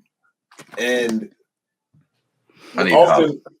often when we talk, it's about for one, and I know you can relate to this, Miller. It's about a legacy. He tried to build a legacy for his family, and it's built upon principle. It's built upon being transparency, and also being reliable. 100% authentic. I'll add on some more. 100% authentic. He's very clear and concise on what his pricing. It is not. He ain't gonna bust your head, but he ain't giving shit away for free. No, you might should be. You might get a steal here and there, but I like the fact that he holds strong in his price. Like I don't listen, guys. When you were talking about $30 tip. That was the normal. When we did our finish line, standing in our that was the normal. I didn't even know that. You bought a $25 Apple card so they can buy music when they didn't have the monthly subscription. I don't know if y'all remember that. I'm old school. You go buy a $25 Apple card at Walmart. You get them your raffle ticket. You look away. You slide them the card while you write your name on the ticket. That was your guarantee. Or you would go buy your Foot Locker manager lunch. Yeah, on lunch, or you bring them breakfast when you stood out there in line at 7 o'clock in the morning. Yo, I've done it. These are things I did. I've done it. I've done it. But Retro Rico is by far one of the best guys, and I didn't get a chance to see him in Atlanta when I was there, but I need to reach out to him. But he good folk. Wait, Retro Rick, he was at SneakerCon. Not this year. He was. I talked to him. He was there. Retro Rico? Oh, I'm sorry. No, Retro Rick. Another one. Retro Rick. My bad. I'm sorry. No, Retro Rico. Retro Rico also, shout out to him. I don't think I ever spoke with him on here. Okay. When you said they both saying Atlanta, my bad. No, Retro Rico also, he just different, bro. Yeah. Like big shout out to him too. All the people that I've come in, and I met Retro Rico through Retro Rick. They've done business together. Okay. So just a little small full circle moment. Because last time I saw Retro Rico in person actually was at SneakerCon last year, but we've been in lines together before. Yeah, he's just a solid dude, bro. He's a solid dude. A1. Big shout out to Retro Rick. My bad. So no disrespect to him. No, not at all. But like, dude, this man got a storefront full of stuff, and like 70% of it he want retail or a little bit over right now. You know what I'm saying? That's the way you should do. If you want to be an entrepreneur, your best starter money is going into a business debt free. Yeah. Nah, and the one, excuse me, before we move on, because I know we got other stuff to talk about. We've been going on and on. This has been a great conversation, by the way. I really appreciate everything you just said. But we get back to the community, you know what I'm saying? And that was something that me and my wife had done before I actually met Rick. But in meeting him and finding out that that's something that he's passionate about too, like, you know, food drives and clothing drives and stuff like that on us. We ain't sponsored by nobody. We ain't got no LLC foundation dedicated to nonprofit dedicated to none of this shit. It's our money because we bless and we go out there and try to bless other people. And it's funny. The funniest part about it is there's been a few times where we went out trying to give away stuff and people don't want it because there's so many other people out there giving away stuff. Yeah. So that's a good build-up. It's a great thing, bro. It's a great thing. That's a good thing. That's a good thing, definitely. So next subject matter basically is, I know you got two lovely sons as well, because you love. I love when you shout out to your family too, bro. Shout out to your family, bro. 100%. And then they're getting into the sneaker game. Well, no, eventually we'll get into the sneaker game because they got more heat than me. They came out the womb with J's on. They got more heat than me, bro. So from that retrospect, where would you like to see the sneaker game in the next 5 years or 10 years when your sons are basically starting to get into their stride with sneakers in terms of picking up sneakers themselves with their own money? So where would you like to see it, and where do you think it's headed? One of the things is when I became a father, I have a responsibility to be an example for them, so they can understand life. They can always trust me to be their father, to always be there for them. So, man, it starts off with that and just having responsibility, not even putting shoes into the mix, because I want to be their father first.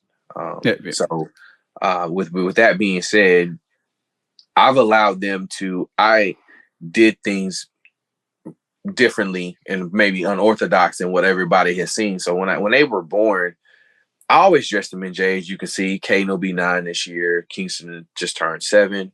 So for 9 years solid, I've taken 5 days a week. I've taken shoe pictures with my sons. And it wasn't for a flex, even though I got hate when I first did it. And they're trying to say I was showing off and just trying to clout chase. And it was just like me building a relationship. Yeah, this is what you do. It's just like, for me, that's... No, I got hate. I got a lot of hate, especially when I started to really take off. Like, people didn't recognize it was my signature and it was something I had done and my son was 4. Like, if I had just started it and started the wave, because there really was a wave years ago that kids and sneakers, and that was huge. It was an avenue. And a lot of people thought I was posing. I'm like, dude, he's 4. I've been doing this for 4 years. Like, did you even scroll on my shit? You know, but anyways, so when I started getting them into shoes, I let them go into shoe stores. We go to just like every, guy is going to go into a shoe store, regardless of any mall. If we're near any shoe store, we're going to go in. Right. And I let them look. And I let them look when they were young. And when I bought them shoes, I let them pick out their stuff. But I let them tell me, do you like the way those feel? Do you wish shoes? Do you like what color? So it was an evolution of a relationship to allow them to know. So then as they got older, I started to show them, this is my favorite Jordan. Like, they can tell you what my favorite Jordan is. They can tell you what a Nike Trainer 1 is. They can tell you that this was a shoe that daddy first bought mommy, or when daddy got married, that was a shoe he was wearing. So not only they're seeing the shoe, they're attaching it to a memory. And I think that's what I've keyed in on, is making sure they have memories in these boxes. And when I leave, I want them to have memories in me. When they were young, I used to sit down here. When I got this set up, this is the last setup I had, I would pull shoes out and tell them a story. I would let them see it. I like, this is what happens to a shoe when it gets old. It just crumbles, and this shoe crumbles here. And I can show them a 2000 infrared black varsity 6 and how it's in crumbles, and this is how it looks. This used to look like this. This turns into this. So I can sit there and have educational talks to them about the game, but also they can understand from being blessed and being humble that just because I give you these things doesn't make you better than anyone. Nah. So I was able to guard that rein that in where they didn't feel like we're going to schools like, I got these. It was, oh, my dad got them. Oh my God. Now they're like, oh my God, I got them dirty. I got to clean them before dad gets home. Because I taught them to appreciate the things that I give them. You can have fun in shoes, but you don't have to act like you play kickball every single day.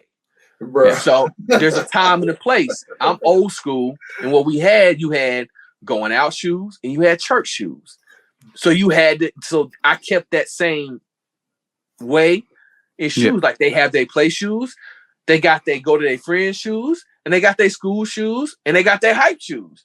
They know which ones to grab.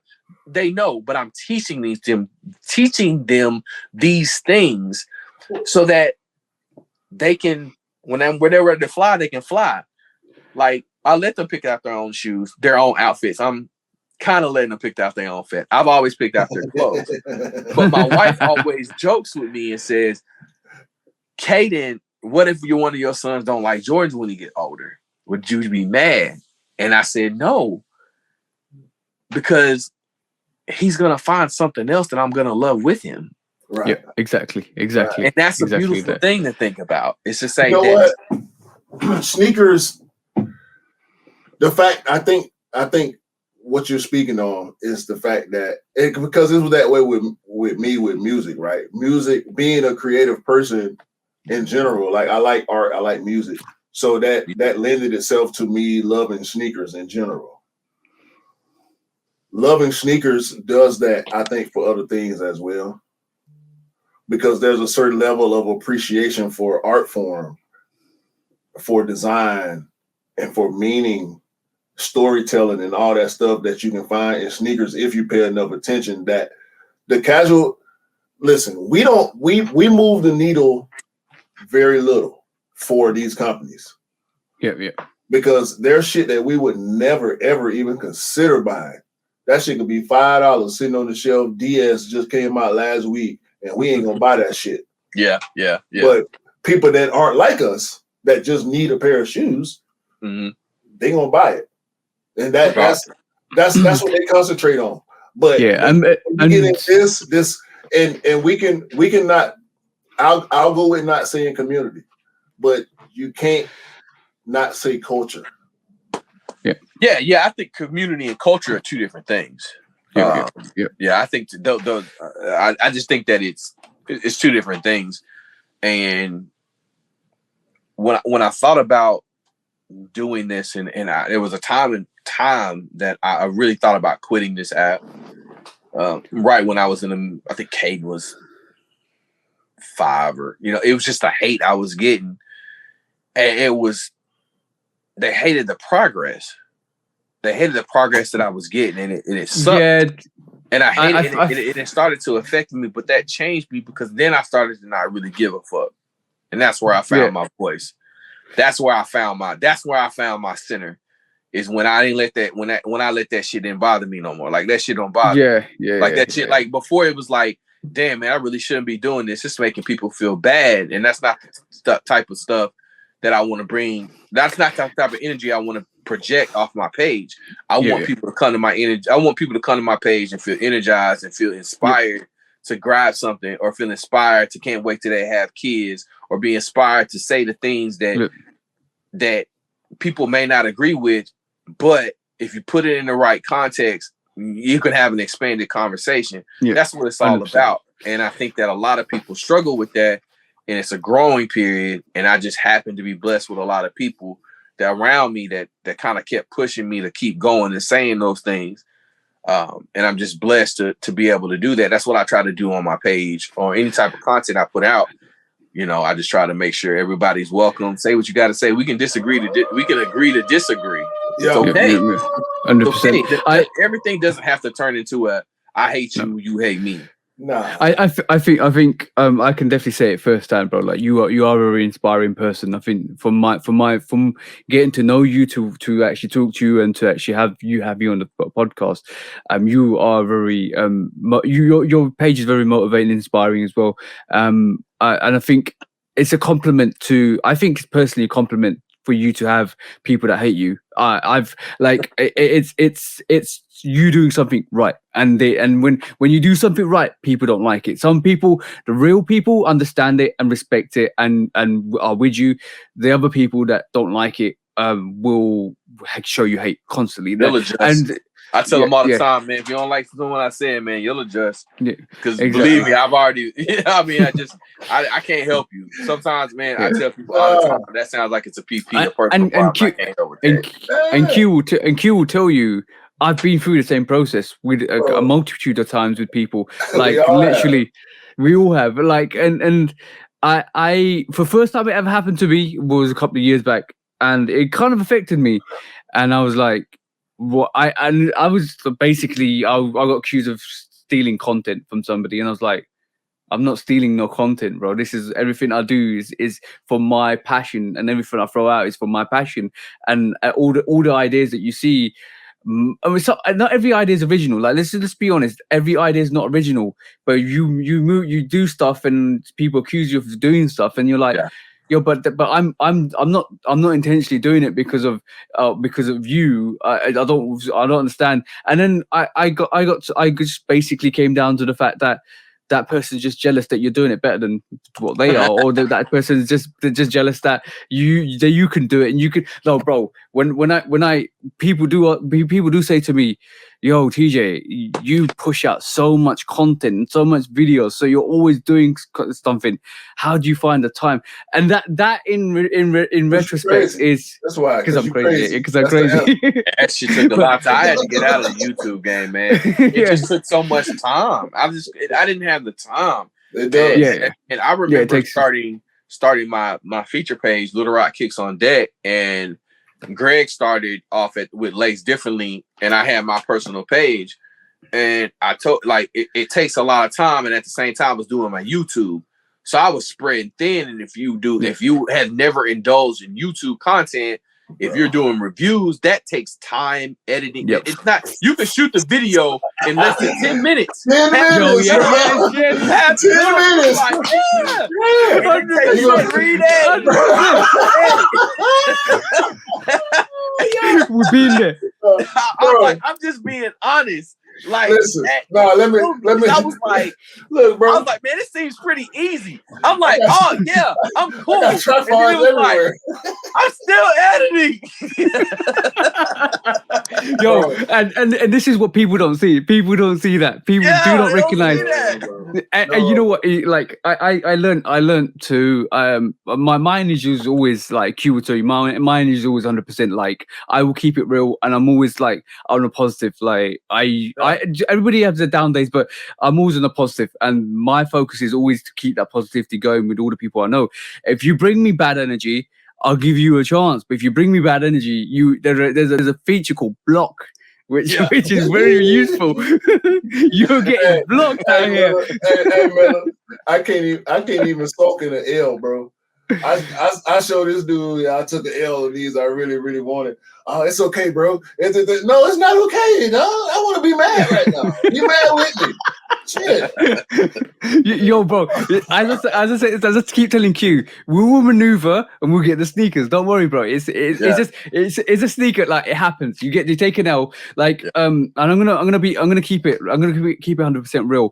This is why one of the things I mentioned about community that I don't really like the word community when people use it is because there's people out there that really, really go above and beyond to just get sneakers, and it affects their mental health.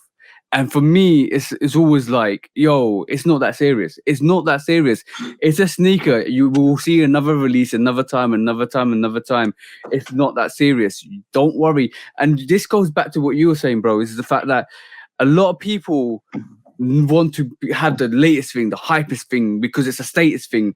And this is why that's one of the reasons why I detest hype slightly, because it's the fact that I don't really need the hypest thing. I just like to sneakers because I like the sneakers. This is the reason why I got, like, if you see, I'm going to talk about Air Trainers in a bit, but if you see, this is why I don't care all these Air Trainers that are going on sale. I do not care. And in fact, I like it because I can pick up double up or triple up if I wanted to, because they're going for cheap. So because for me, I've always stayed far from hype.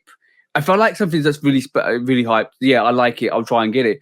But if I don't get it, my attitude is always like, "Yo, that doesn't matter," and there'll be another release. Yeah. So like, but there's people out there that actually affects their mental state because they want it, they need it, they have to have it. And it's like, yo, bros, like, it's not that serious. And when Q asks him a question, like, yo, I took an L. So don't worry, bro. You live for another day.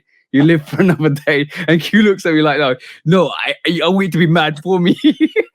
No, that's when I just won't respond, bro. I'm not liking the message or nothing. You don't understand. You don't understand right now. You're over there in the land of sitting size 11s. Like 11s don't sit here, bro. Like, you're more than welcome to come over, bro. I will.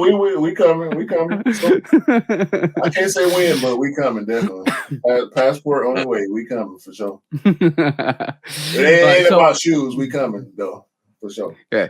Oh, and on Air Trainers, like I mentioned this at the start, you heavily influenced me on Air Trainers this year. Like I would say I was sleeping. I knew they were around, but I was sleeping. But as soon as the chlorophylls, as soon as the Midnight Navies came out, I was like, yo, this is. I think the first thing was the tribal pack. I call it tribal pack, but the SP pack, the Air Trainer 1 SPs, yo, that's so dope, so dope. And ever since then, I've just been picking up Air Trainer after Air Trainer after Air Trainer, right? But bro, how did you get into Air Trainers? Well, first off, I want to commend Nike for, well, not really Nike. I wanted to commend the product line manager for the Nike Trainer 1 whole line. The way they have reintroduced this line of shoe has been nothing short but of perfection. Yeah. If you've been in the game long enough, you know Nike does, like, their stuff, the way they roll stuff out, it's like a playbook. Yeah. They do the same stuff. Like, no matter what the shoe, they fit it inside this playbook. How they re-release shoes, they do it inside this playbook. But for the Nike Trainer 1, the SPs, they didn't go by the playbook. They gave you they reintroduced it with a new feel, an ACG feel that gave it a whole new level. Now you take it from the tennis court, the literal tennis court, to an off the road or a rugged type ACG, or just out in the streets, not caring. Like, I don't want to worry about scuffing them. It's good. I'm not, it's a completely different vibe. This is my gym trainer, bro. I train in this now. Just you don't care. So like you don't have to care. So they reintroduced 3 new lines of a trainer that was executed flawless. Then they followed it up with the OG. They gave you the OG cut. Like, they don't 100%. Normally do that. What they'll normally do, Nike's roadmap usually goes OG, new style versions, collabs, then some more sprinkled in. Now they started off different. They started with the rumored OG, didn't tell you the details that it's OG cut, OG box, OG toe box. They didn't tell you all this, which I thought was perfect. But they gave you a sign when they did that with the BWs, that original BWs. They gave you OG box, they gave you OG feel, and OG cut. 90s too. Didn't tell nobody about that. And the 90s too. When they switched the Air Max 90 back to the Air Max 3 with OG all. Yeah. So when that happened, I thought that was great because I was hooked. But the way they've done it has been nothing far. So big shout out to the program manager or product line manager that executed this flawlessly. Y'all, that's one thing y'all got right. I first started loving trainers. My love of trainers started at JCPenney's. I don't know if y'all had that overseas, TJ, but here in the South, we had places like JCPenney's. JCPenney's was like a middle class type boutique that had it was like in a shopping mall, 2 levels, whatever. Yeah, department During store. the height of JCPenney's, TJ, we would call tier B shoes. That's when Nike started introducing tier A stores, tier B, tier C stores. Yeah. JCPenney's was a tier B store, meaning that they would get the offline, they would get alternate colorways that were regionally selected, or you would get regional colorways. That's OG shit. Regional colorways. Colorways. You couldn't get the red one on the West Coast. You couldn't get the red one. You couldn't get the blue one on the East Coast. The only way you gonna get that sneaker is if you were in that region. Exactly. Yeah, you were in that region. So this was when. So they had the contract where they got regional, and they also I can give you an example. Remember the Air Up Tempo, the Scottie Pippens? Those were in Foot Lockers. They were type A. Type B was JCPenney's, where they got the Reggie Millers, the more up tempo, where they didn't have the air pockets. Right. Okay, so you would get those mid tiers, and at the time, Trainer Ones were a mid tier shoe. It was considered a mid tier shoe. So you would get mid tier pennies, mid tier pennies were mid tier. They were not A tier.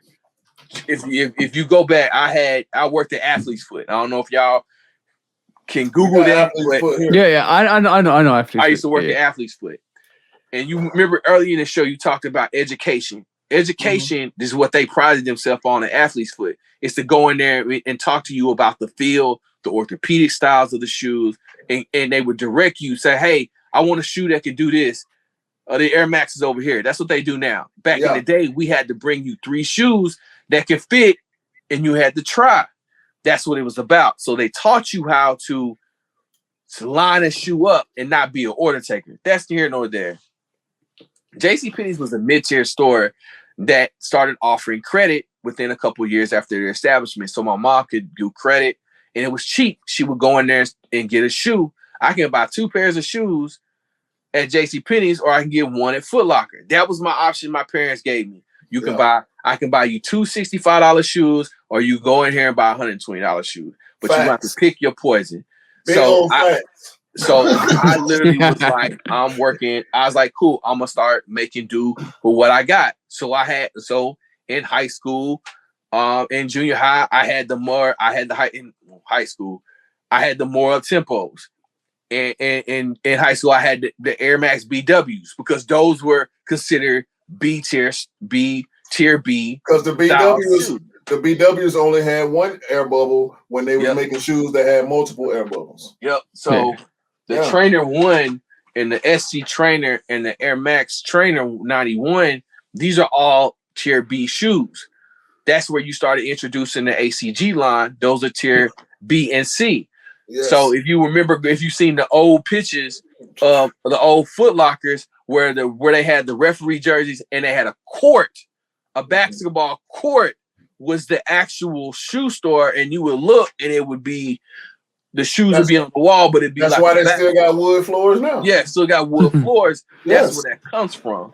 Yes. So if you go look at OG pictures of that, you'll see it ain't nothing but hot shit. I seen one that had the Air Max, the Air Ray 1s and 2s on the shelf, and those are holy grails to me.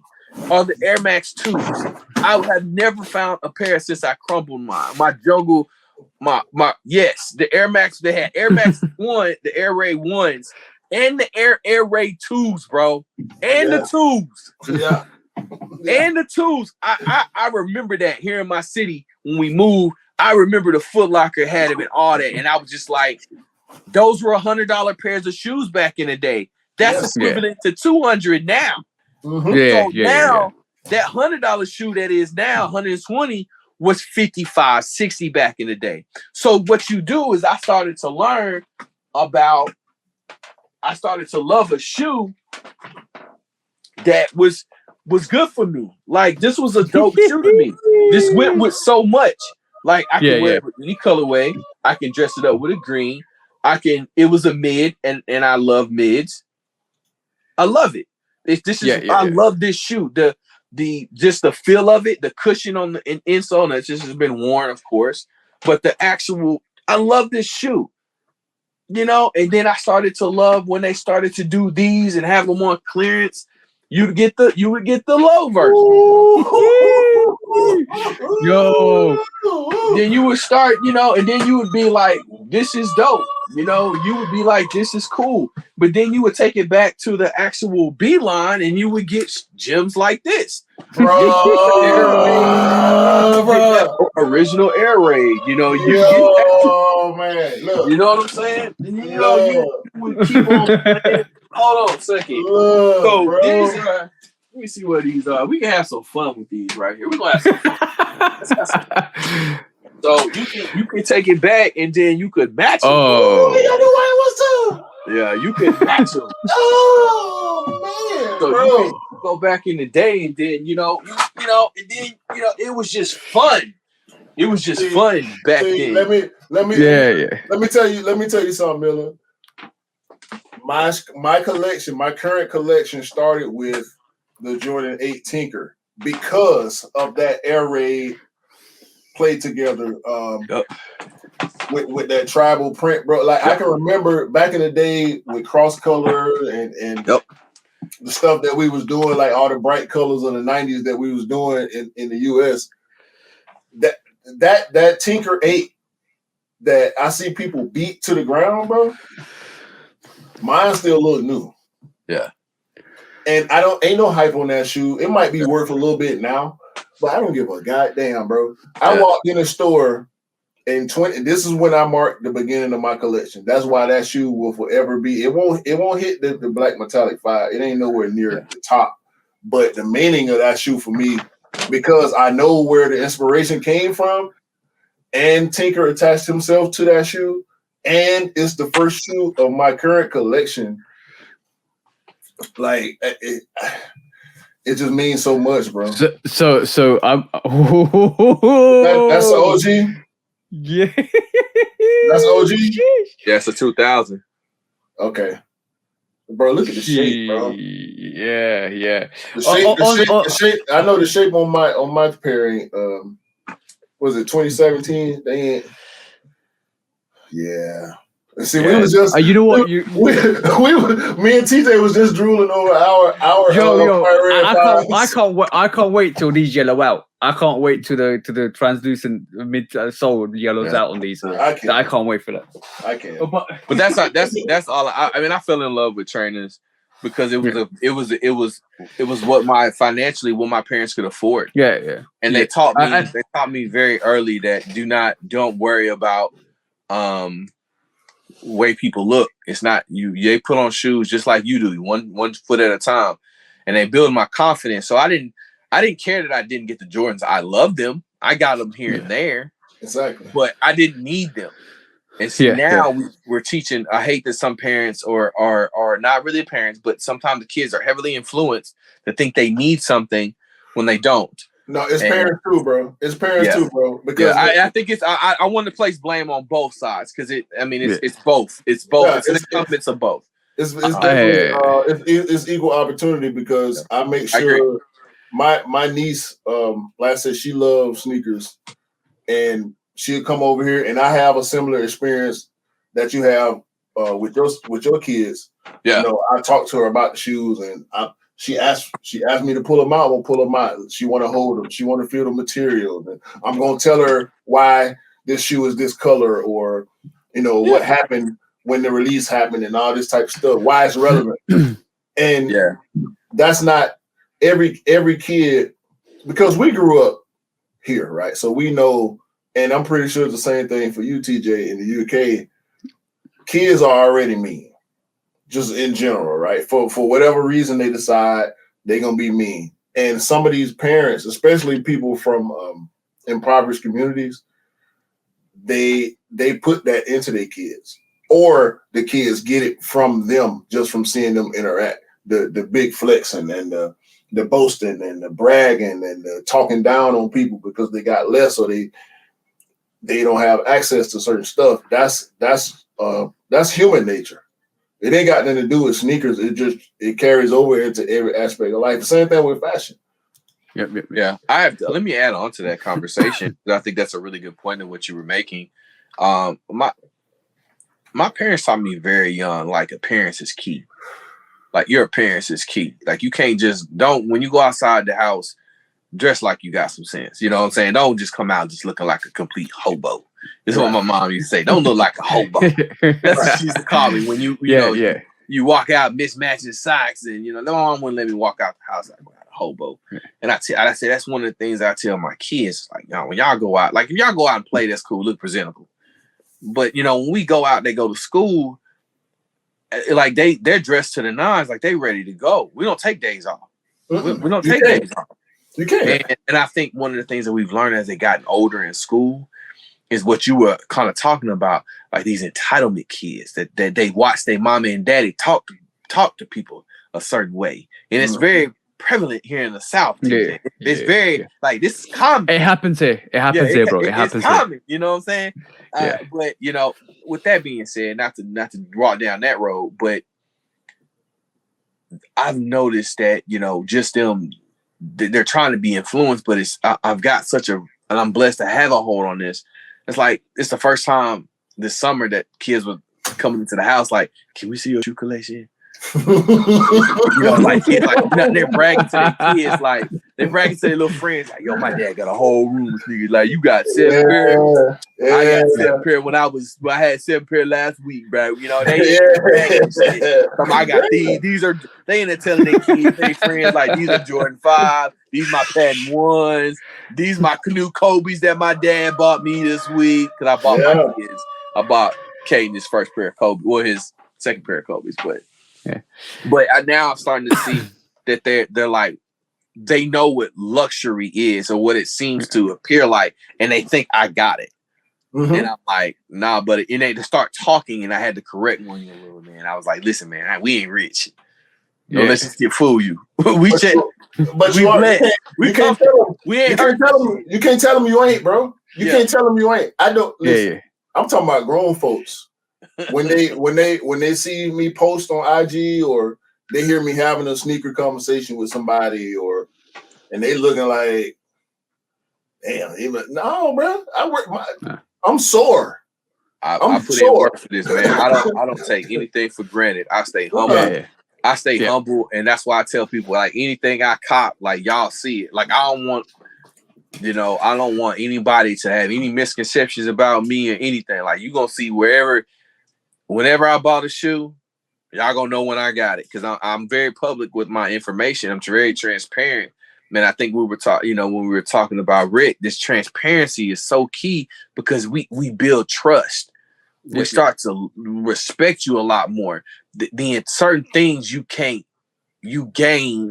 when you're transparent. You know what I'm saying? So and that's what it's about. And it's helped me a lot just because I am. Like I'm not afraid to stand in that arena and be different or take chances, but I don't take a lot of chances because I think about what I have to do. Because I got on this app a long time ago when it was a lot more easier to gain followers and we didn't have to fight for attention. TJ was talking about, damn, how'd I miss this video? I was like, bro, I've been shadow banned for I know. I was like, bro, if my pictures get 100 likes, that's a good sign. Like I'm being dead serious. Like my shit don't get no likes. I've been shadow banned for a year, and I don't get nothing. Not nothing. Like it sucks. But Instagram, let Mr. Miller go. Let him do his thing. I think it was wild shit. They ain't gonna let me go. They know. they like, we got to keep this dude. Look, at the end of the day, bro, it's. And I think we can all share this sentiment. It's about possessing character and not being a character. Yeah, exactly. And on that note, I'm just gonna give you some sneaker facts. We do sneaker facts. So this is sneaker facts for today, and one of them is: do you know the OG chlorophyll colorway was inspired by gym equipment? Gym equipment. All right, so basically, the story goes: Tinker used to be work. Tinker used to work. Well, we used to work at a gym or Metro a YMCA in Portland, and basically, he was tired of lugging bags around for multiple gyms, and so basically, what he had is an idea for the actual colorway, and because he was working in the Metro YMCA. In the training room, they had a combination of black, white, and grey, and he used that combination on the actual Air Trainer 1. Or any chlorophyll kind of combination in colorways to actually produce that colorway. So that's where the color blocking is inspired from. So that's today's sneaker fact. So the colorway of the shoe is a baseline of green. You said, I'm sorry, black, white, and gray. That's what's considered black, white, and chlorophyll. No, black, white, and gray, yeah, and a dash of bold green text. Okay, yeah, okay, that's what I was looking for because I was like, that's right. No, it has to have a green in there because I was like, no, all chlorophylls have a touch of or black, white, gray, and green. Okay, that's all I was waiting on. I had to make sure you got that little tidbit. There you go. So that's where it's from Portland's YMCA training center. So that's where I'll take it a step further for anybody that's seen the Nike Dunk Lows, chlorophyll, and they're like, why are they green? Because part of the chlorophyll is green. Yeah. So people didn't know that. People that said that was a Kermit the Frog. But okay. Oh, and the second fact I think is the fact that I think I researched the story when I started getting into Air Trainers. You probably know this, bro, as well. Nike did not like the Air Trainer 1.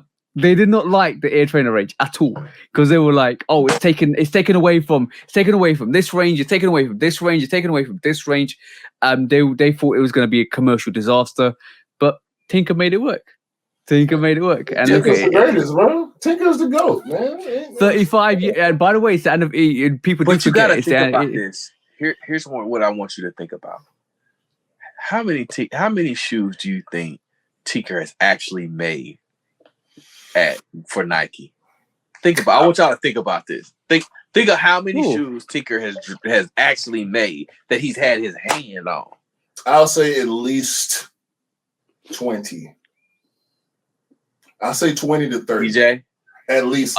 This is just Nike. Now I'm not counting I'm sorry, 3 through. I'm talking his everything. I'm gonna say 70%. I'm gonna say 70% of sneakers in Nike. I do believe. I think so. I'll say 40. I'll say 40. It's less. It's probably more. It's less than 15. Less than 15? Are you serious? We did it on the show. Yeah, we did it on the show that the ones that he is a credit to in Nike, they did I found I'll have to send you the picture of it, but it's less than 15. Wow. Or 15 sneakers or 15%. It was all the Jordans that you had said that you were mentioning. The 3, then he skipped, he skipped the 5, came back with the 6. And so it's all the Jordans, the Nike Trainer 1, the SC, like the Moab, like it's less than 15 shoes. I was like, dang, bro. I was like, no, nah, bro. The Air Raid was on there because that's his brain trust, but he didn't do the Air Raid 2. He only did the Air Raid 1. That's a fact. That's a fact. Wait a minute, bro. He's like, if you think about it, I said, you got. Here's what I want you to think about. Just think about not the break off of the shoe, but just the original shoe that was his design, the Air Max 1. With the exposed air. Think about those shoes, but then start coming up with other ones. Like you get past. I think he did 5 Jordans. No, he did the 3. He did the. He did 3. He did 3 through. No, he didn't do one of those. He skipped. He didn't do the 5. He wasn't the 5. Hold on, man. He wasn't the 5. You breaking my heart right now, man. You breaking my heart right now. You didn't know, bro. Hold on. It was a topic on our show. I was shocked, and everybody was like, "There's no freaking way," and I was like, "Bro, pick a shoe." Hold on, bro. This ain't Oh Tinker. damn! I can't get to recently deleted on here. This is you telling me this ain't Tinker right here? Which one? Not that I know of. Hold on a sec. I'm gonna bring up the picture. It looked like Tinker to me. It looks like his No, name. it's not about. It's not. That's just a sketch. That's just a sketch. No, I get that part, but I'm saying this looks like. Oh my god! I got to go back to our show, my group chat in my show, because we talked about it. Because I sent him the. When I send the questions, we got a big ass group chat. I don't even want to talk no more, bro. It hurts my heart. Oh my god, man! Tinker, bruh. Here, I'll see how far I'm trying to go back. This is in. I know what I'm doing the rest of my day. I gotta get to the bottom of this shit. I don't like this shit. I don't like this shit. Oh my god, bro. Hold on. So I don't know. I don't know how much of Wikipedia we're gonna believe here, but basically they say that he done Air Jordan 3s to 7s, then the 10s, then the 13s. So basically, from what Wikipedia is telling me, he did do. All right, here it is. All right, found it. God, go on, bro. What he did was the Air Max 1, the Jordan 28, the Air Tech Challenge 2, right. The Air Mag, the Air Max 180, which is a slip-on fucking shoe. Yeah. Jordan 14, Jordan 11, Jordan 5, the Moab, the Jordan 3, the Jordan 5. So you were right. The Jordan 5 is on there. I can't remember where he took that. Q's happy. Look at his face. No. It's because it's the story. I always hear the story. It's a P-51 Mustang story. Yeah. Exactly. Yeah. And the fighter jet. And the fighter teeth. The teeth was on there. Shark teeth. Jordan 3, Jordan 6, Jordan 4, the Huarache, the Nike Air Max 90, the 20, and the Trainer 1. He did the 20? Mm-hmm. Yeah. Why? I love the 20. You didn't like the 20s? Well, no, I'm thinking about the 21. I'm thinking about the 21 that I didn't like, for sure. Oh, Jordan 20. I'm thinking you're talking about Air Max. Oh no. Yeah, Jordan 20. They were beyond their time for sure. Yeah. On Tinker, right? I think he's a genius designer. For me personally, he's a very everybody looks up to Tinker. So wouldn't it be fitting after this Nike movie, because we discussed this Nike movie, they did a movie on Tinker Hatfield? No, I don't want a movie. I just want a documentary. Oh, there was some sort of documentary. I don't want a movie. Cool. I don't want nobody to play him. Like, I really don't even want Ben Affleck and what's his face to play Matt Damon. Phil Knight. No, I don't want him to. Just tell me to die. Give me a Last Dance shit. That shit works. Yeah. But you know what's really funny? Like, we talk about Michael Jordan being this egotistical person, right? But imagine the whole last season of that Last Dance was recorded. It never got released. Michael Jordan specifically held that footage there for all that time, knowing that in some time in history he might need to drop it. Can you imagine that? Think about it. Really think about it. He owned majority of the footage as far as behind the scenes stuff. Exactly. Like, he had this, from what I hear, he had his own camera crew. So he had all the rights to most of the footage. The on-court stuff, of course, it was recorded by his people, but the NBA had to sign off on it. But it's him. Like, what is the NBA going to deny him from? But could you imagine him sitting there having all that footage, thinking, "Yo, Kobe, God rest his soul. Kobe could be the next my next challenger with trying to beat that three-peat. Then you had LeBron, but he didn't drop it. Then he had LeBron come through, Steph Curry's going through, and then ironically we have this debate. Like, there's this massive debate about LeBron, who's a great athlete, or LeBron and Michael Jordan. And in retrospect, every athlete deserves to live in their own time, and we got to enjoy that. So that I never like that debate, because I think they're both great athletes in their own individual selves. But it's ironic that he dropped it right after LeBron James won that. Well, it was rumored that Kobe did the same thing for his last year too. Yeah. Right after he had passed, they said he had a field crew that he has his whole last year chronicalized. Yeah, that's the one I'm going to be waiting. If that comes to light, I think that's the one I'm probably dreading. I don't know if I want to cry. That's why I say I'm dreading it, because I don't want to see it. Like it'll be hard for me to see that, because his whole life has been was a movie. His whole life was a movie. To go from being a kid in high school to be traded draft night from Charlotte to Los Angeles, to go into the Staples and just knowing the expectations they have for you, and him to be triumphant, his comeback, even his upbringing, his relationships now with his parents, how it's been for decades. That he don't talk about his mom and his daddy.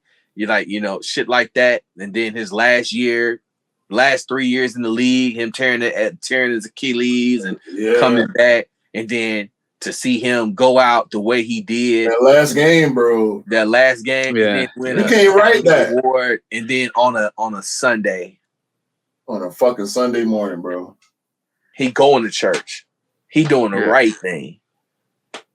And he passed. Yo, bro, like, and now you gotta tell me I gotta watch that all and see Jordan, we know the ending, but he's still here. Yeah. With Kobe, we know the ending and we don't like it. We already know it's coming. It's like somebody told you when you pass the street, you're gonna see a burning house, but you can't do nothing about it. You gotta keep driving because it's burned. You know what I'm saying? It's burnt, yeah. And that's hard for me to think about in Kobe, because Kobe was supposed to be. I'll be 43 this year. Kobe's supposed to be my Bill Russell, and for some of y'all young people don't understand, Bill Russell is almost pushing 100, but his knowledge on the game is so precise. He's a historian. He's seen the good, the bad, and the ugly, the highs, the lows, the racism. He's seen so much. Kobe was supposed to be our Bill Russell. 100-year-old talking shit, talking about let's go. I'll still drop 45 on your ass right now. And he was gonna talk. That's what he was doing. He was supposed to be our Bill Russell, and we were robbed of that. Bro, listen, I can't watch. I love Knucklehead's podcast, right? Because I'm a basketball guy. I could never watch that Kobe episode again. Yeah, I can't watch it either. Like I don't. I'm not gonna say never, but right now, I mean, it's only been a couple years. Yeah. Like I hate to realize that he really gone. And Kobe, for me, like when I shed a tear watching Jordan's last game in Washington, I wasn't a Kobe guy, but you have to put a certain amount of respect on. Ain't gonna be another Jordan, ain't gonna be another Kobe, ain't gonna be another Bill Russell, ain't gonna be another LeBron or Dr. J or Allen Iverson or these certain people. You don't have to be fans of them to be able to appreciate and understand what they mean. No, exactly. Because I'm a basketball guy, I'm a part of the basketball culture. You know what I'm saying? And for the basketball culture, Kobe Bryant is if Jordan's God, Kobe's Jesus. Yeah. I mean, I think that's how I see it. I don't have any. No. Yeah, I just see is, you can't. I mean, Kobe is just the closest thing we ever gonna get to Mike is Kobe, and it's like that in the shoe game. I'll tell you a sad story, man. I got those lightnings, and I went out of town this week, and one of my bags, one of the lotions opened because they smashed the bag. Oh, so I'm seeing y'all's lightnings back there. My lightnings are trash. I've only worn that shoe 3 times. I ain't got lightnings. I was so mad. My wife was like, "I'm so proud of you the way you handled it." I just took them out. It just was like, I can't say shit. Like, it's just fuck. They don't make it. It's the closest thing we're gonna get, and that's what I'm going back to, is saying that's the closest thing we're gonna get in the sneaker game. Just like certain shoes, we just not like the fire red 3s. I'm having to adjust because that's not what I want to see. That's not what I consider an OG. I think the elephant was darker, but I've seen pictures that can give likeness both. I saw that. I said that to somebody the other day. Like, it looks like to the sneaker on visuals, it looks like a bit more like the Katrina, than it does look like the OGs. And I'm like, the black elephant print is supposed to be darker. And I was like, it's but lighter. I do contend that it is lighter in some of the pictures where it's a little bit more defined. See, that to me, this will always be my, like, this one will always be my, this was the epic one for me. Yeah. As you see, it needs a new air bubble, but that's pretty much the cut and the color of the elephant print is the color is supposed to be in that front toe elephant print is supposed to be cut low. Yeah. So I'm glad they got back to that. Some of my threes in my collection got the high cut, like the black Tinker threes. I love those. They got the high cut, but it's supposed to be cut low in the front, and you can't. Yeah, I'm soul swapping mine. That's all. Yeah, I would. Like, I don't give a damn about, like, I'm literally gonna take this exact shoe and just soul swap it. I'm just gonna but the thing is, I'm still gonna have to get this painted because that red is not that real red that I really want. Worst come to worst, being that this sole is still in good condition, that somebody can just take it apart and switch the air bubble and be straight again.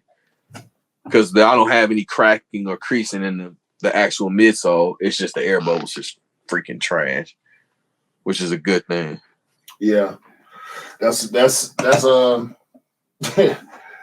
you can't beat that. That's because it's got more of this feel.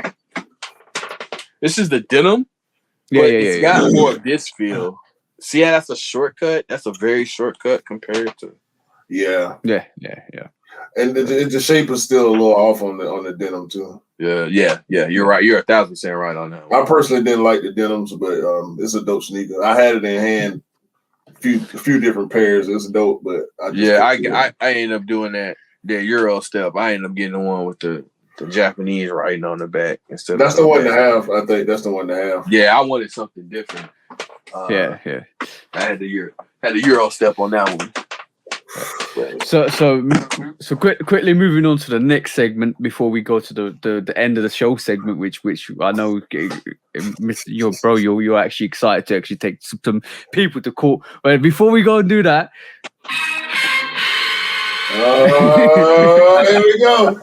It's lose, choose, or dump, and this is gonna be, I don't know. It might be easy for you, bro. But lose, choose, or dump is basically you got three choices.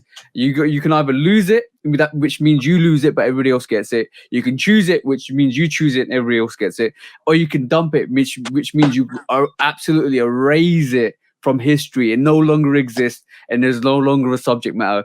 So this week we're gonna go GR, OG, hype. What you're losing, what you're choosing, what you're dumping. So it essentially is OG colorways, retro non-OG colorways, and hype. Okay. Lose or choose, lose or dump. Okay. Let's see. Wheels turning. Thoughts? Am I supposed to pick one? Yeah. You're supposed to pick. You're basically supposed to pick. Which So you got three choices. You got OGs, which is OG sneakers, like the original sneakers. Okay, that's what I meant. Sorry. You got OGs. You got GRs, which is non-OG sneakers, or you got hype, which is everything that's hype. So those are the three choices. You can either lose it, you can choose it, or you can dump it. And then you choose it means everybody gets it. You lose it means you don't get it, but everybody else gets it. Or you dump it, which means it no longer exists ever in history.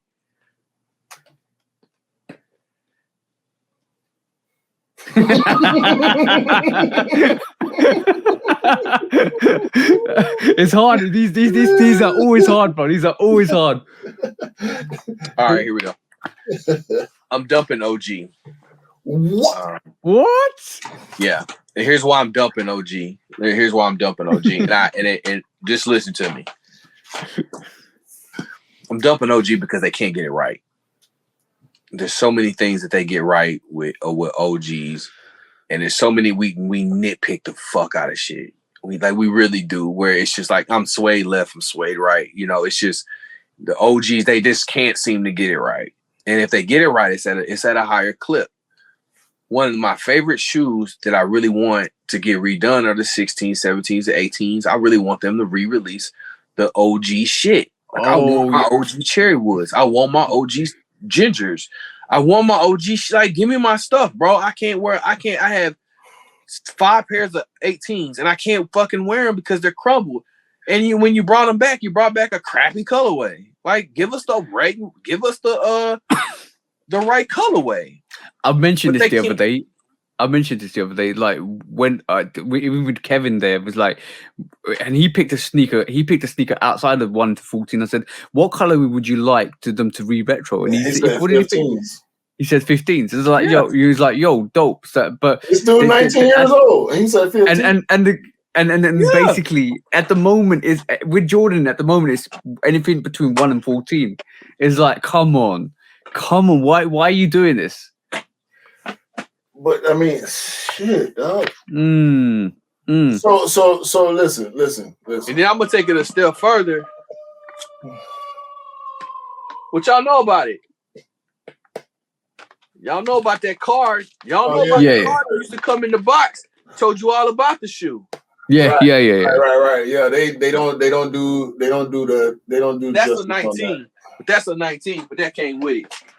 Well, no, it used to be the cars all the time. With nets, that box came with a open box, like so. It opened it like this, and then both the shoes were in the nets. And that was the first shoe that was based off. If you didn't know this, the Black Mamba was the first shoe Nike had made that was inspired before Black Mamba, before Kobe took it over, because of the front. That was based off of Snake. The front. So you're dumping height. You dumping OGs. I'm dumping OG because I don't think they'll get it right. And like take for instance, if you go back and look at a 16, and you remember those that came with the metal boxes, and y'all came with the CDs, y'all came with the lace straps. We get those back in OG form, it's just gonna be $350. I don't want that. I want you to give me my same 200 clip. It was 200 back then. It can be 200 now. It's the same material. So I don't want to hear this shit. So I don't want any more OG shit. I'm gonna keep the newness of the now and going forward. Because I just don't want to. I'm cool with what I have. I want them back, but I don't want to pay them pricing. I can people understand don't care that. about history. People don't care about knowledge anymore. Like, it's annoying to them to understand where the shoe comes from. It's like, I don't care. Like, I remember when people couldn't figure out that the Yeezy 2 was inspired by a trainer. Like, people didn't know that. Like, it was like, what? Like, it's on the shoe. Like, what do you like? You don't see it? People don't care. These young people don't care. Some of these young people do not care about the histrionics of this game. So they do not. Their starting point could be 10 years ago. Their starting point could be 5 years ago. It's all the same to them. But for people that's been in it, like myself, sometimes it's fingernails on a chalkboard trying to get them like, that's from such and such. The same thing I said earlier when I seen the 2023 Jordan lineup. That stuff we already been through. Y'all already did that. Like, why are y'all redoing it? The lanes. You already did that. You already did the cement ones. You already did that. These are things that people are like, oh, I'm hype about, but nobody's saying they already did that. So for me in the OG lane, it's frustrating. And if y'all gonna do it right. But we've done nothing but complain from top to bottom, and we're nitpicky. So if y'all want to keep doing this reimagine stuff, I would rather them say reimagine than say OG anymore, because you know it's not OG. It's just a term to get us to look at it, and it's not. It's just not. So I was gonna say that me saying that, but I'm throwing away OG because I'm just like, y'all don't care.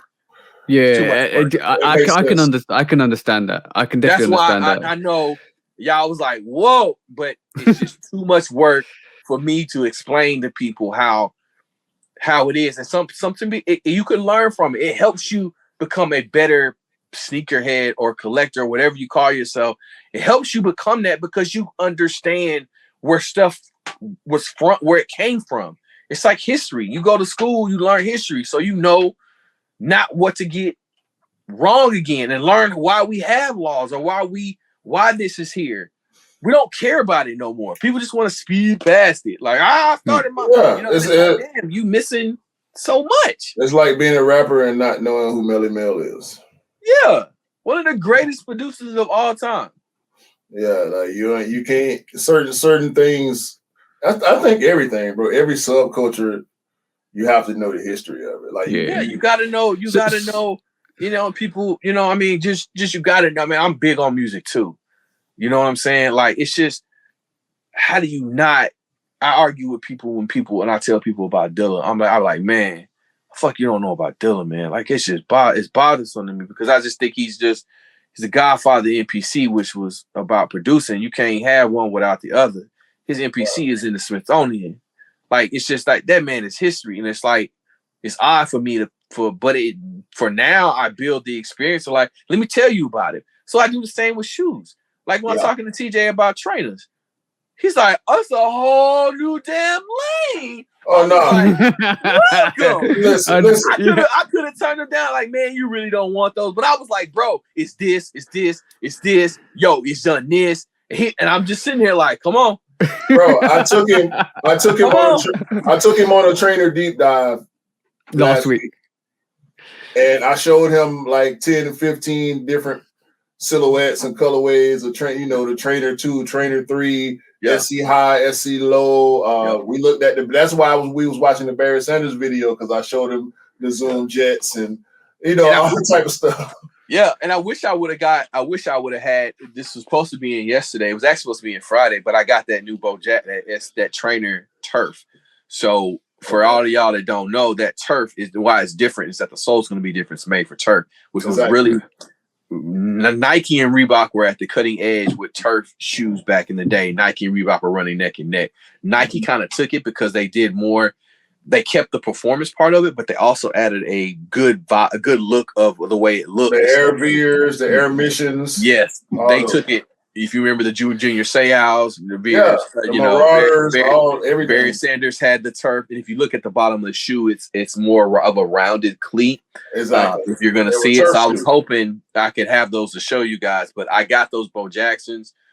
They'll be here Monday, but I'll show the difference because people didn't understand. It's like, is it a trainer one? I was like, no, it's a turf. So the bottom of the shoe looks completely different. It's an actual shoe that's built for AstroTurf. Yeah, I don't have any turf. I didn't have any Barry Sanders. I had a few Barry Sanders back in the day, particularly, but I just don't have any now. They're all destroyed and gone. Yeah, I mean, I got a couple pair of Bowls and a pair of Griffies. So yeah. Mm-hmm. I'm gonna always go back to trainers. That's where it started for me. Was where it started. JCPenney's. Jordan 5, the trainers, the Rodmans, the Dion. Rodman would be one of the. I've always said this about Rodman. Rodman and Kevin Garnett are two players I would love to have their whole runs with both their brands to be re-released. Yeah, I like the Garnett Nike stuff, not so much the Adidas stuff. But I would rock with some of the Adidas stuff because some of that stuff was just cool to have because of him. Like, I like some of his I can't think of him and Tim Duncan wore it, but I liked his Adidas run. His Adidas run were actually really nice. They were very clean, very basic, but they were really clean. But that Nike run, I need all him or Jason Kidd. I need his whole line. Just give me a whole year. Well, we just got the first Jason Kidd shoe again, so maybe we'll see it. Supreme touched it. I got the black Supreme pair. So Yeah, I'm thinking about go ahead and buying the Zoom Air 95 because it's only like $170 on. And it's sitting over there. It's sitting. Like I was like, I'll wait if I can get them quicker, but I don't know. I mean, that's just, I think going back to some of these shoes that they need to re-release. I mean, they've done a very good job, and I appreciate what they're doing with the trainer ones. Now, I do think their schedule is kind of getting cloudy. It's kind of getting stacked because I think they should have given people more space between dropping this Navy one. Yeah, we just got the Navy here yesterday on sneakers, but they already released. I didn't get them. I didn't go for them. I'll come back and get them because I know they were going to sit for one, and then two, I'm trying to get those Jackie Robinson dunks on Tuesday. I'm a huge baseball fan, so I really want that shoe. So, and I'm still trying to find the Lisa Leslie's in a size 13, or a size 12 and a half. Okay. But back on the reimagination. So what, like, at the moment we're expecting Chicago one reimagination to come out in like December time, November, December time. I've seen it, and then I'm going to get your opinion in a bit, but also, this goes to show, bro. Like, I think there's going to be a lot of these pairs floating, like in terms of release wise. But also, we're expecting the white cement 3 from reimagination. So, what are you expecting from So, what's your thought on the ones, and what's your thought on the 3s on next year? Reimagine Chicago. I'm still debating if I really want that shoe because I've seen it. It's not a bad look. It doesn't look. I think people I don't really know how you would shoot that shoe because there's so many people are getting it right and wrong at the same time where it's so much of a mixed emotion. I don't care for the cracking. It doesn't bother me. I like it's an additive thing and it looks fairly natural, but I don't care for it to be there. I kind of wanted to maybe come up with a de-aging process that it goes away with wear. You have the technology. You did it with the Lance Martin. You've done it with the Tyler Sylvester, I think is his name. You've done it. So you had opportunity to make a shoe where, like, when it wears, it's good. Like, just the movement of the leather or the material is going to make that shoe wear. Make it crack, yeah. So I mean, you didn't have to do that, but they put it in a place that it naturally would go. I got it. You added the darkness of the. I don't know. You're kind of forcing it to do something that it's not. I don't know about it. I just never been a fan of it, but I'm adapting to it. Because it's the closest sometimes we're going to get. And it's quite interesting to see that they I don't want the 3. No, I don't want that 3 next year. Because I think the best 3, my best white cement 3 is the JTHs because it has a gray inliner on sock line. Yeah. That's the only reason why I like it. That's the best because that's one of my most cleanest shoes you can put. That or a cement 4, like those are the cleanest shoes you can drop on your feet.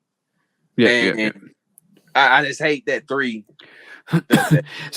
So we talk about what Nike does best is foreshadowing and stuff like that, and giving you something to get used to it. So we talked about the Jordan 2s and how they released a lot of these pairs of Jordan 2s in collaboration to get you used to the normal releases.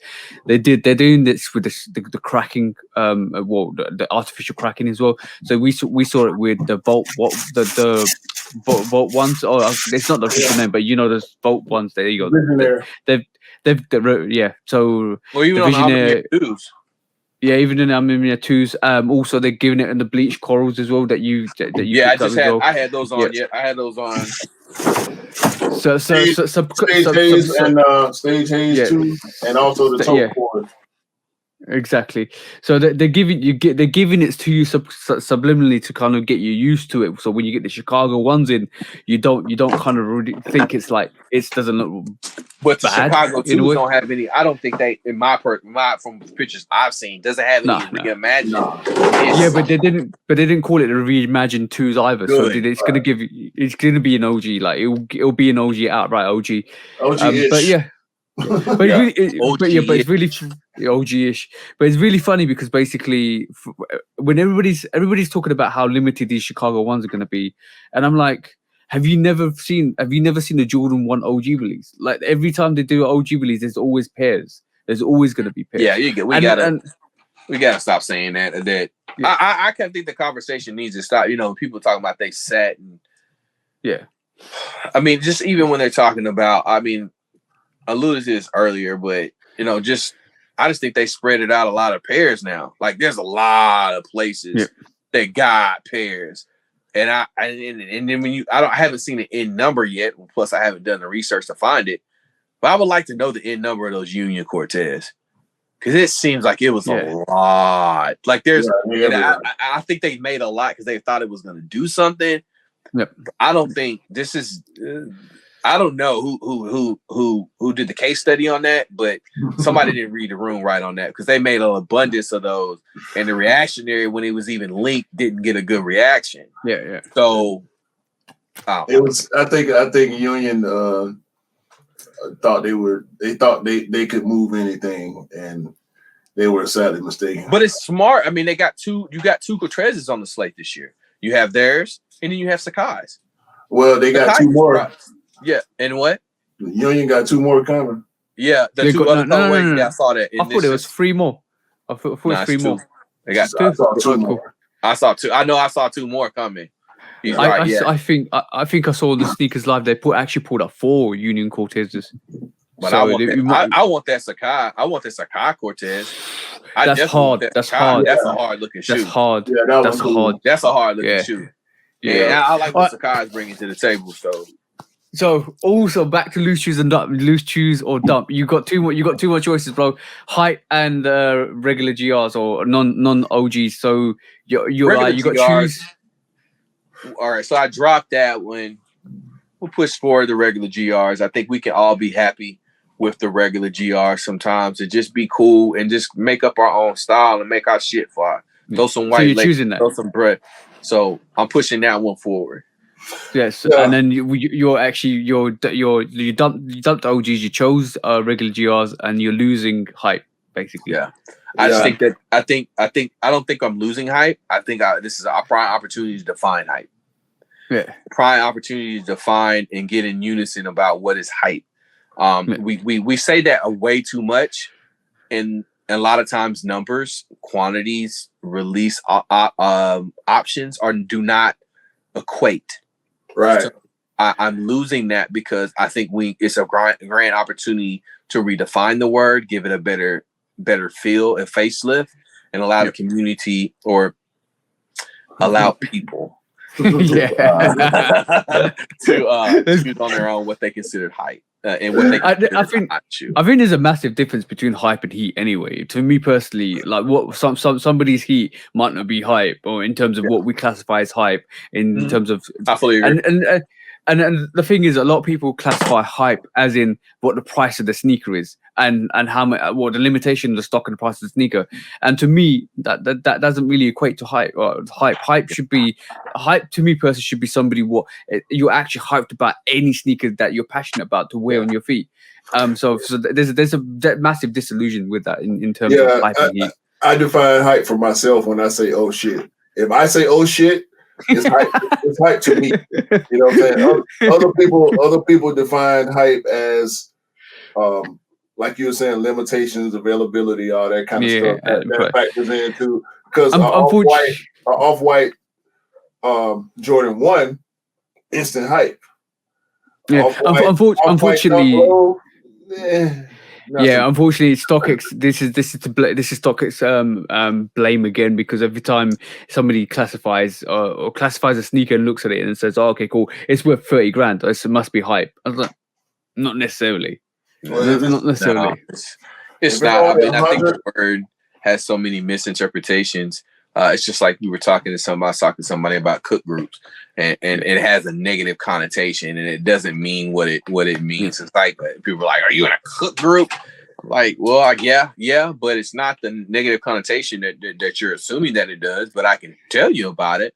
I think a lot of times when you think about situations when it comes to redefining things, like a reimagining, we do need a reimagining of words and a reprocessing of the way we see people see and become in unison to where we can actually feel good when we say the word community.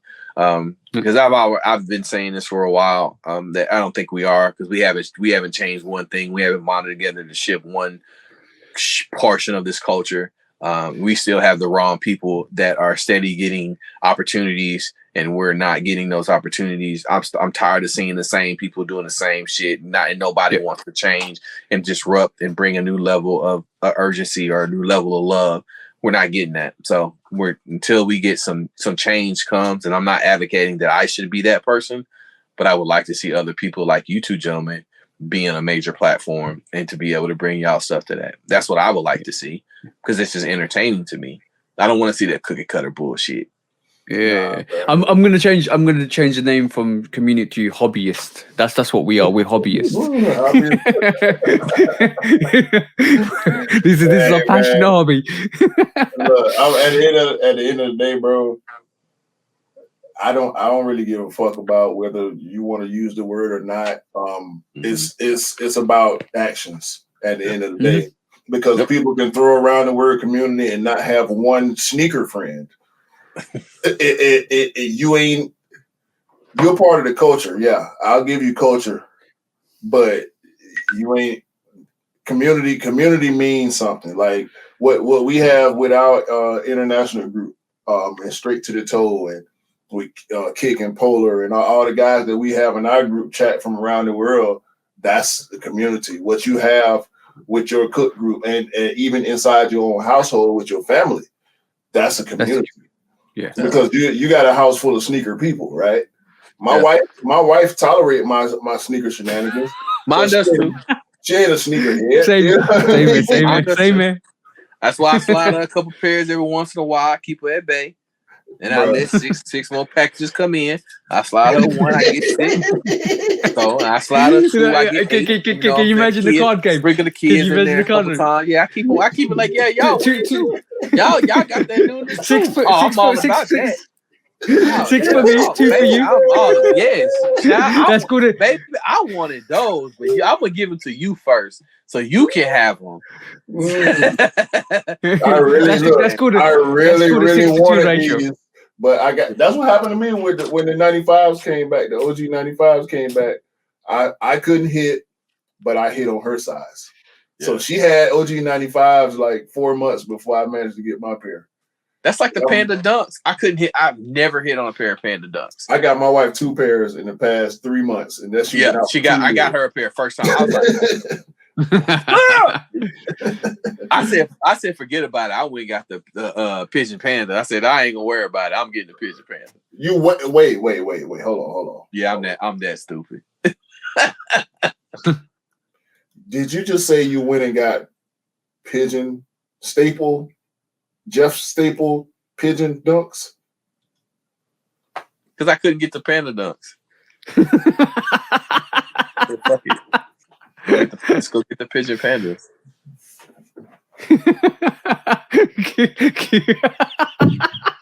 Q is literally speechless at this moment. If I tell you the price I got them for, it might hurt your heart too. I don't want to hear none of that shit, bro. I got them for a good deal. I couldn't pass. Let's go to the next segment, bro. I told people that. People was like, I couldn't get them. I told people that when I got them, I was like, I'm so pissed off that I cannot get this shoe. Fuck it. I'm getting something that I know none of y'all motherfuckers got.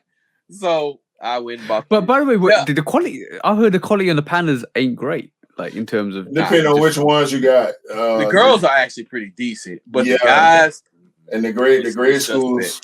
But I got my wife a pair of the regular Pandas and also the Next Nature Pandas. Yeah, I like the quality on the regular ones better, but it's still just like that. It's still not high quality.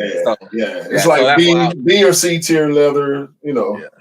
But it's a popular shoe. But she loves that shoe. I'm gonna have to get her another pair just because she loves that fucking shoe. Like, and she's been around me for so long. She's not the type of sneakerhead that will beat that shoe into the ground. Like, she won't wear it with every outfit. Like, she sparingly. I got her a good collection where she can wear different stuff, but she loves that shoe, and she was like, ugh. But I got her other stuff. But that Panda, that's just a shoe that everybody should have. Like, it shouldn't be that hard to get. It should be an inline shoe.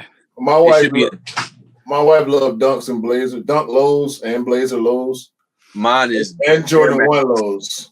Yeah, mine is Air Max ones, Air Max ones, Air Max 90s. She doesn't like 4s. She actually kind of likes 8s. I got her a pair of I got those Valentine 8s for her. My wife loves 7s. Mine loves 7s. Yeah. I messed up and got her a pair of 4s, and it rubbed the back of her heel, and she doesn't like 4s. I always hear about that. That's never happened to me before. That happens to me on 3s. That happens to me on 3s. But that 4 has an extra lip, so she's out on 4s. I am about to get her a pair of those patent leather bread ones. I just think she needs that pair. That's an essential pair for her. I think for a woman, for my woman. So I just think that's a pair she should have in her collection. So I'm not gonna say all women, but I'm just saying my wife, I would like her to have that because I think that's a pair that she deserves to have. All right, so are we ready for this, bro? Because this is the last segment. This is the last segment for the show, and this is where, bro, you are gonna go in, pretty much. let's do it, bro. Are y'all sure y'all want to do this? Because you know I don't hold back. I'm letting y'all right now. This might get flagged. If y'all post this might get flagged, bro. We here for it. We here for it, bro. When resale is too high. Damn resellers. Order. When hype beats go too far. These damn hype beasts. Order in the court. Order. When the back door opens. Guilty. It's time for order in the court. The sneaker court of public Guilty. opinion.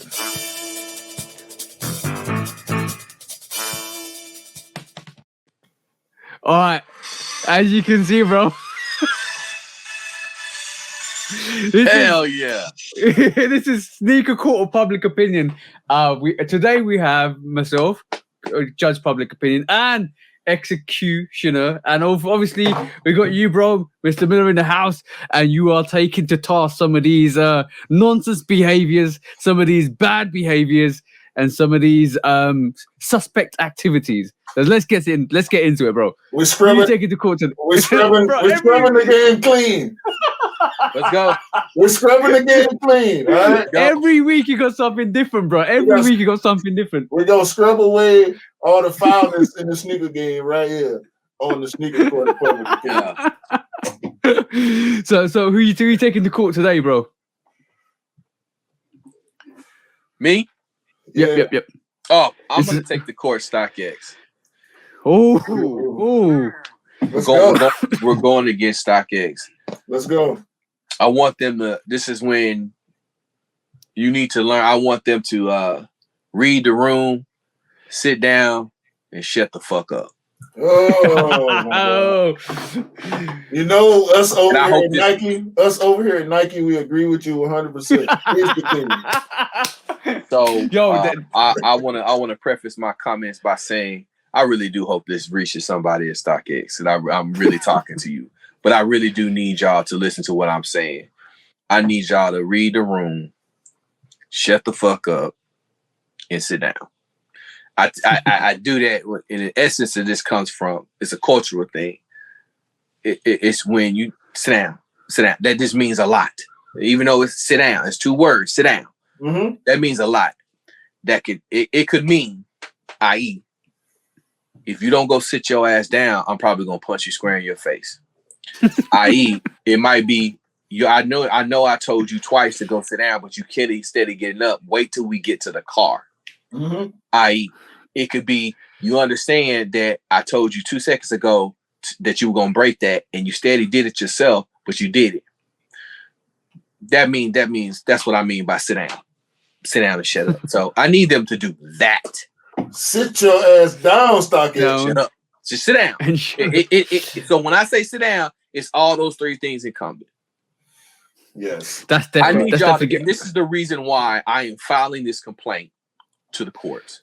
I'm filing this complaint to the courts because the people of my community that I run with, we do not feel that pertinent business that you focus on disparaging something that we know is true with your businesses and services that you provide. Right. Instead of you trying to put out the flame, StockX, because you focus on what we're actually truly saying in the complaint. That there's inconsistencies in what you are doing when you authenticate our shoes, the services we pay you. Yeah. We are paying for services that you have raised twice within 2 years for a convenience fee, but yet your shipping times are not improved. Yeah. Your processes have not improved. No. The transparency on how you consider the process has not improved. Yet we can choose inflation. But when the market goes down, your market seems to not be shall not take a hit. Facts. So in essence of the complaint, I would like to put the pressure on them to focus on what y'all need to do instead of fighting frivolous claims that we know is true, instead of giving us further proof. Why don't you attack and put your money toward improving and giving us a true picture of how you authenticate a shoe? Because the last one, you can tell Jose he need to sit his dumb ass down. He didn't know what he was doing. We appreciate his effort. Go ahead and give him his StockX cup and his StockX hat and his shirt, and tell him to go sit down as well, because we didn't need that. That's not how you check. Y'all probably got there. He probably showed up 5 minutes before, and y'all told him 2 minutes before y'all started shooting what to say, and I don't appreciate it. Here in my community, we see through the bullshit. Hey. 100%, bro. Continuing on, I'm sorry, Judge. I apologize for my language, Judge, but I'll continue on so we won't. We'll allow it. Yeah. So with that sit downness, I need them to understand that if you spend the money instead of putting out these stupid videos, that's $50,000, or computing or putting up on your site or in your app a 7-page PowerPoint that really didn't explain shit, was all flip flam and fluff, which probably cost y'all about $150,000. So I need y'all to go ahead and do that and invest into a company that can give you a transparent way to authenticate, or you can invest on how to ways for folks like myself that have been screwed by your shenanigans. You can give us an option to get half our money back, or at least 50% off a sale, or maybe free updated shipping. Just something that simple. Oh, I'm sorry, that's just normal customer service shit. Yeah. So with that being said, I will continue. So I need you to not focus on that. I just need you to maybe refocus, and maybe this lawsuit against you guys will help refocus you guys. My next part of my complaint, Judge, and I will move forward. The next part of my complaint is I need you to understand. I need you to read the room. You're not reading the room, StockX. You are in a resale market, and that's cool and it's really big. But Nike is a fucking giant. Fool. This is grown folk. These are grown folks' conversations. So I need you to read the room and sit your ass down. You at the little table. You dealing with a true billion-dollar company that we can fuck with you just to say we fuck with you. We make shit go away before it even gets started. So I need you to read the room. That we can have a million other tentacles out there that you don't even know is working against you that could be working against you. But I don't know. I'm just thinking what outside the box and common sense. With that being said, I would like them to understand that Nike is petty for a reason, because they got the biggest dick in the room. Just because you don't want to see it, that's your problem. But I don't need it to be my problem or other people's problem. It just needs to be yours. That we understand what that is, and we're grown enough to ignore it. And I need you to just recognize it and be grown enough to ignore it. My last plan in StockX is that I need you to understand that we appreciate your services, but what the game and just life is called one word. It's called fucking evolution. You're the same petty ass motherfuckers that you were 10 years ago. You have not done anything. You know your place. Yes, we understand that you're the biggest dick in the room, but it also improves that, hey, you might want to spice the shit up and actually try to make it enticing, because guess what? There's some more dicks in the room. Fool. So, women like option. We like options. So we're just not we've had you for a while. Yeah. So now we got options.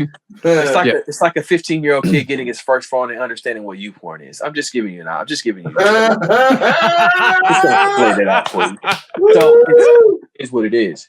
So I just need you to understand that we appreciate all the services that you've given us, but at some point in time, you have to evolve. So instead of just hiring people that are yes men, or like what I like to say on my Wednesday night show, if the shoe fits at 7 p.m. Central Standard Time, who's in the fucking room? People that you have in your offices, you can go ahead and get them the fuck out of here and actually invest inside the community that can uplift you and give you more transparency and also give you credibility for free 99. Just giving us options to buy shoes that shouldn't be this fucking hard. So with that being said, Judge, I would like to close and say, StockX, we appreciate you, but I need you to address this fuck shit right now because I'm tired of it.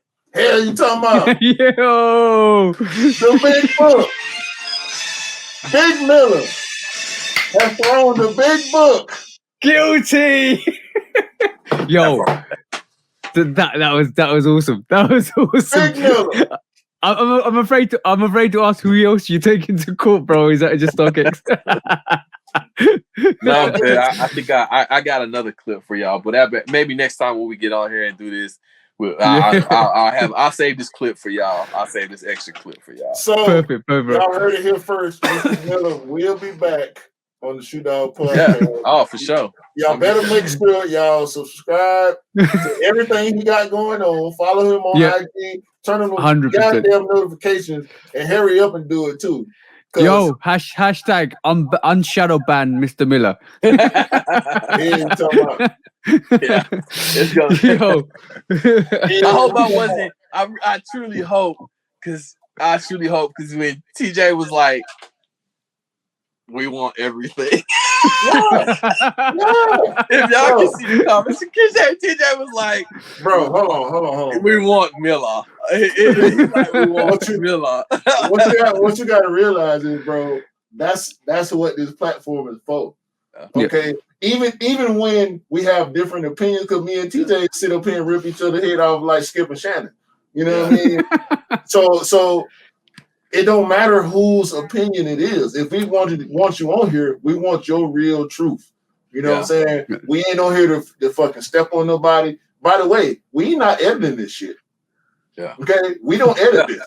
We run the show just how it is because we want real, genuine. Bro, I didn't say it all the time. Dumb shit. And bro, I can sit here and fall out the back of my chair right now. It's gonna be on YouTube Tuesday. Listen. When I'm dead serious, when he was like, it just give you backstory about what we see because people don't see the behind the scenes of what we do when we talk about things. And when you're setting for show, which I've done, you know, you talk about things like what the conversation or what it was. And when he was like, "Do this," I was like, all right, because I think about things, and you asked me earlier, like, do you think about things? And I do. I'm a layered thinker, methodical thinker. Like, I don't say something unless I've thought about it 2 or 3 times over, or I know the consequences, the cause and effect. So, like, everything, like, when you was like, into the clip, I was like, shit, fuck it. All right, if y'all want it, y'all gonna get it. It's gonna be a snapshot. Like, because see, I'm more of a hip shooter. Like, we both play, and TJ, I always give him credit. He's more of a planner than I have ever been, and probably will ever be. I'm probably 80% hip shooter. Yeah, and you're gonna get the clip. You know what I mean? Like, me too. We not censoring nobody. Only thing I ask, and I've never said this on camera, but the only thing I ask is that we do not use the N-word. Yeah, you know, and no, I haven't used it. Nah. Yeah, okay. I was say I don't use that word on other people's platform. I don't even try to use it on my. I slipped up. I have slipped up and said it on my show. Yeah. I thought I'm trying to think like. I hope I didn't say it, but I know it's natural for me to say it. No. I made sure I didn't say it. Yeah, but I respect that. Even if you do slip up and say it, it ain't no big deal. You know what I'm saying? But yeah, I'm weird. I know TJ don't say it at all. I do. I was born in Atlanta. I say it all the time. I can say 3 sentences in a row and not even notice it. Yeah. But it's I make a conscious effort not to do that, but I also make a conscious because it means so many things. It's like the Bernie Mac on Kings of Comedy when he was talking about motherfucker. It has a lot of meaning. Yeah, it does. Yeah. I've always made a conscious effort to not use the word Yeah. On social. I was gonna say I do too. I'm sorry. I had to think. Like I know I ain't said. I hope I ain't said it. No, you good. You good. Even if you did, bro, it is I just what it need is. somebody when y'all post this. I just wanted everybody tell me the time so people could see this clip of like me unloading. Because I'm adding that, bro. I'm adding that for sure. Don't even worry about that. Listen, I can't thank you guys enough for allowing me to come on. That's fine, bro. And I mean, y'all are listen, man. This is a great thing that you guys are doing, and I need y'all to understand that I want y'all to keep going. Is as much of an impact as you think you may or may not have. It's the fact that you guys keep going because I want them to admire your drive and the consistencies that you guys have done with this. So I applaud everybody, both of you guys. I respect you both. You guys have done a great thing. I'm honored 1,000% to come on this show and talk to you guys about a game, a passion that I have. And I hope my love for the game was authentic as you thought it was going to be. Yeah. And I hope that you take it some things of what I said and you're going to run with it and you're going to put your own interpretation onto it. But I just want to take the time out to say, man, I appreciate you guys. You guys is what we need. You guys, when I say people should have a bigger following than what they have, you are what I envision when I say that because you should. You should. Your foundation is what it's all about. People don't understand that building a brand and a show is hard to do. But if you don't have the foundation, you guys have foundation. You have love, you have respect, you have honor, you have history, you have camaraderie, you have friendship. These are things you can play off each other like the Skip and Shannon. That's foundation. You can't throw that together. So you make sure you still build upon that foundation. And I really do hope that you guys in a year from now, we're saying you're on a bigger scale than what you are because I'm a fan and we need to be able to tell our peers, because I consider you peers in this. We need to be able to tell our peers, I'm a fan of you. Keep going, whatever you need. If you need me to post something, send it to me. It's not pulling teeth. It's just what we do if we were in a community. So we are, and that's why I wanted to, even though we all understand the notion of there not being a community really, but we have our own. I've always felt like we've had our own personal communities. I got my people that I relate to as far as the sneaker game and hobbyist. Nah, bro. You gonna fuck around and have that fucking word come out and be When I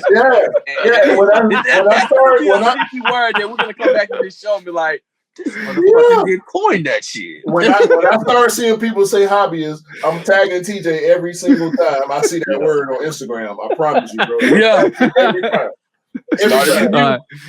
Hashtag but the thing is, for like the way I look at it is, me and Q are always genuine. We always love getting genuine people on here, and like the reason why I wanted you on here, bro, is because basically it's out of love and admiration, and respect, and all that stuff. But also, you've got so much knowledge and information and a wealth of and a depth of information because you've been here for quite a while. You've been here longer. You're probably the longest person I know that's been around in the sneaker game itself. So it was great to have you on the show. 100% great to have you on the show to break it down.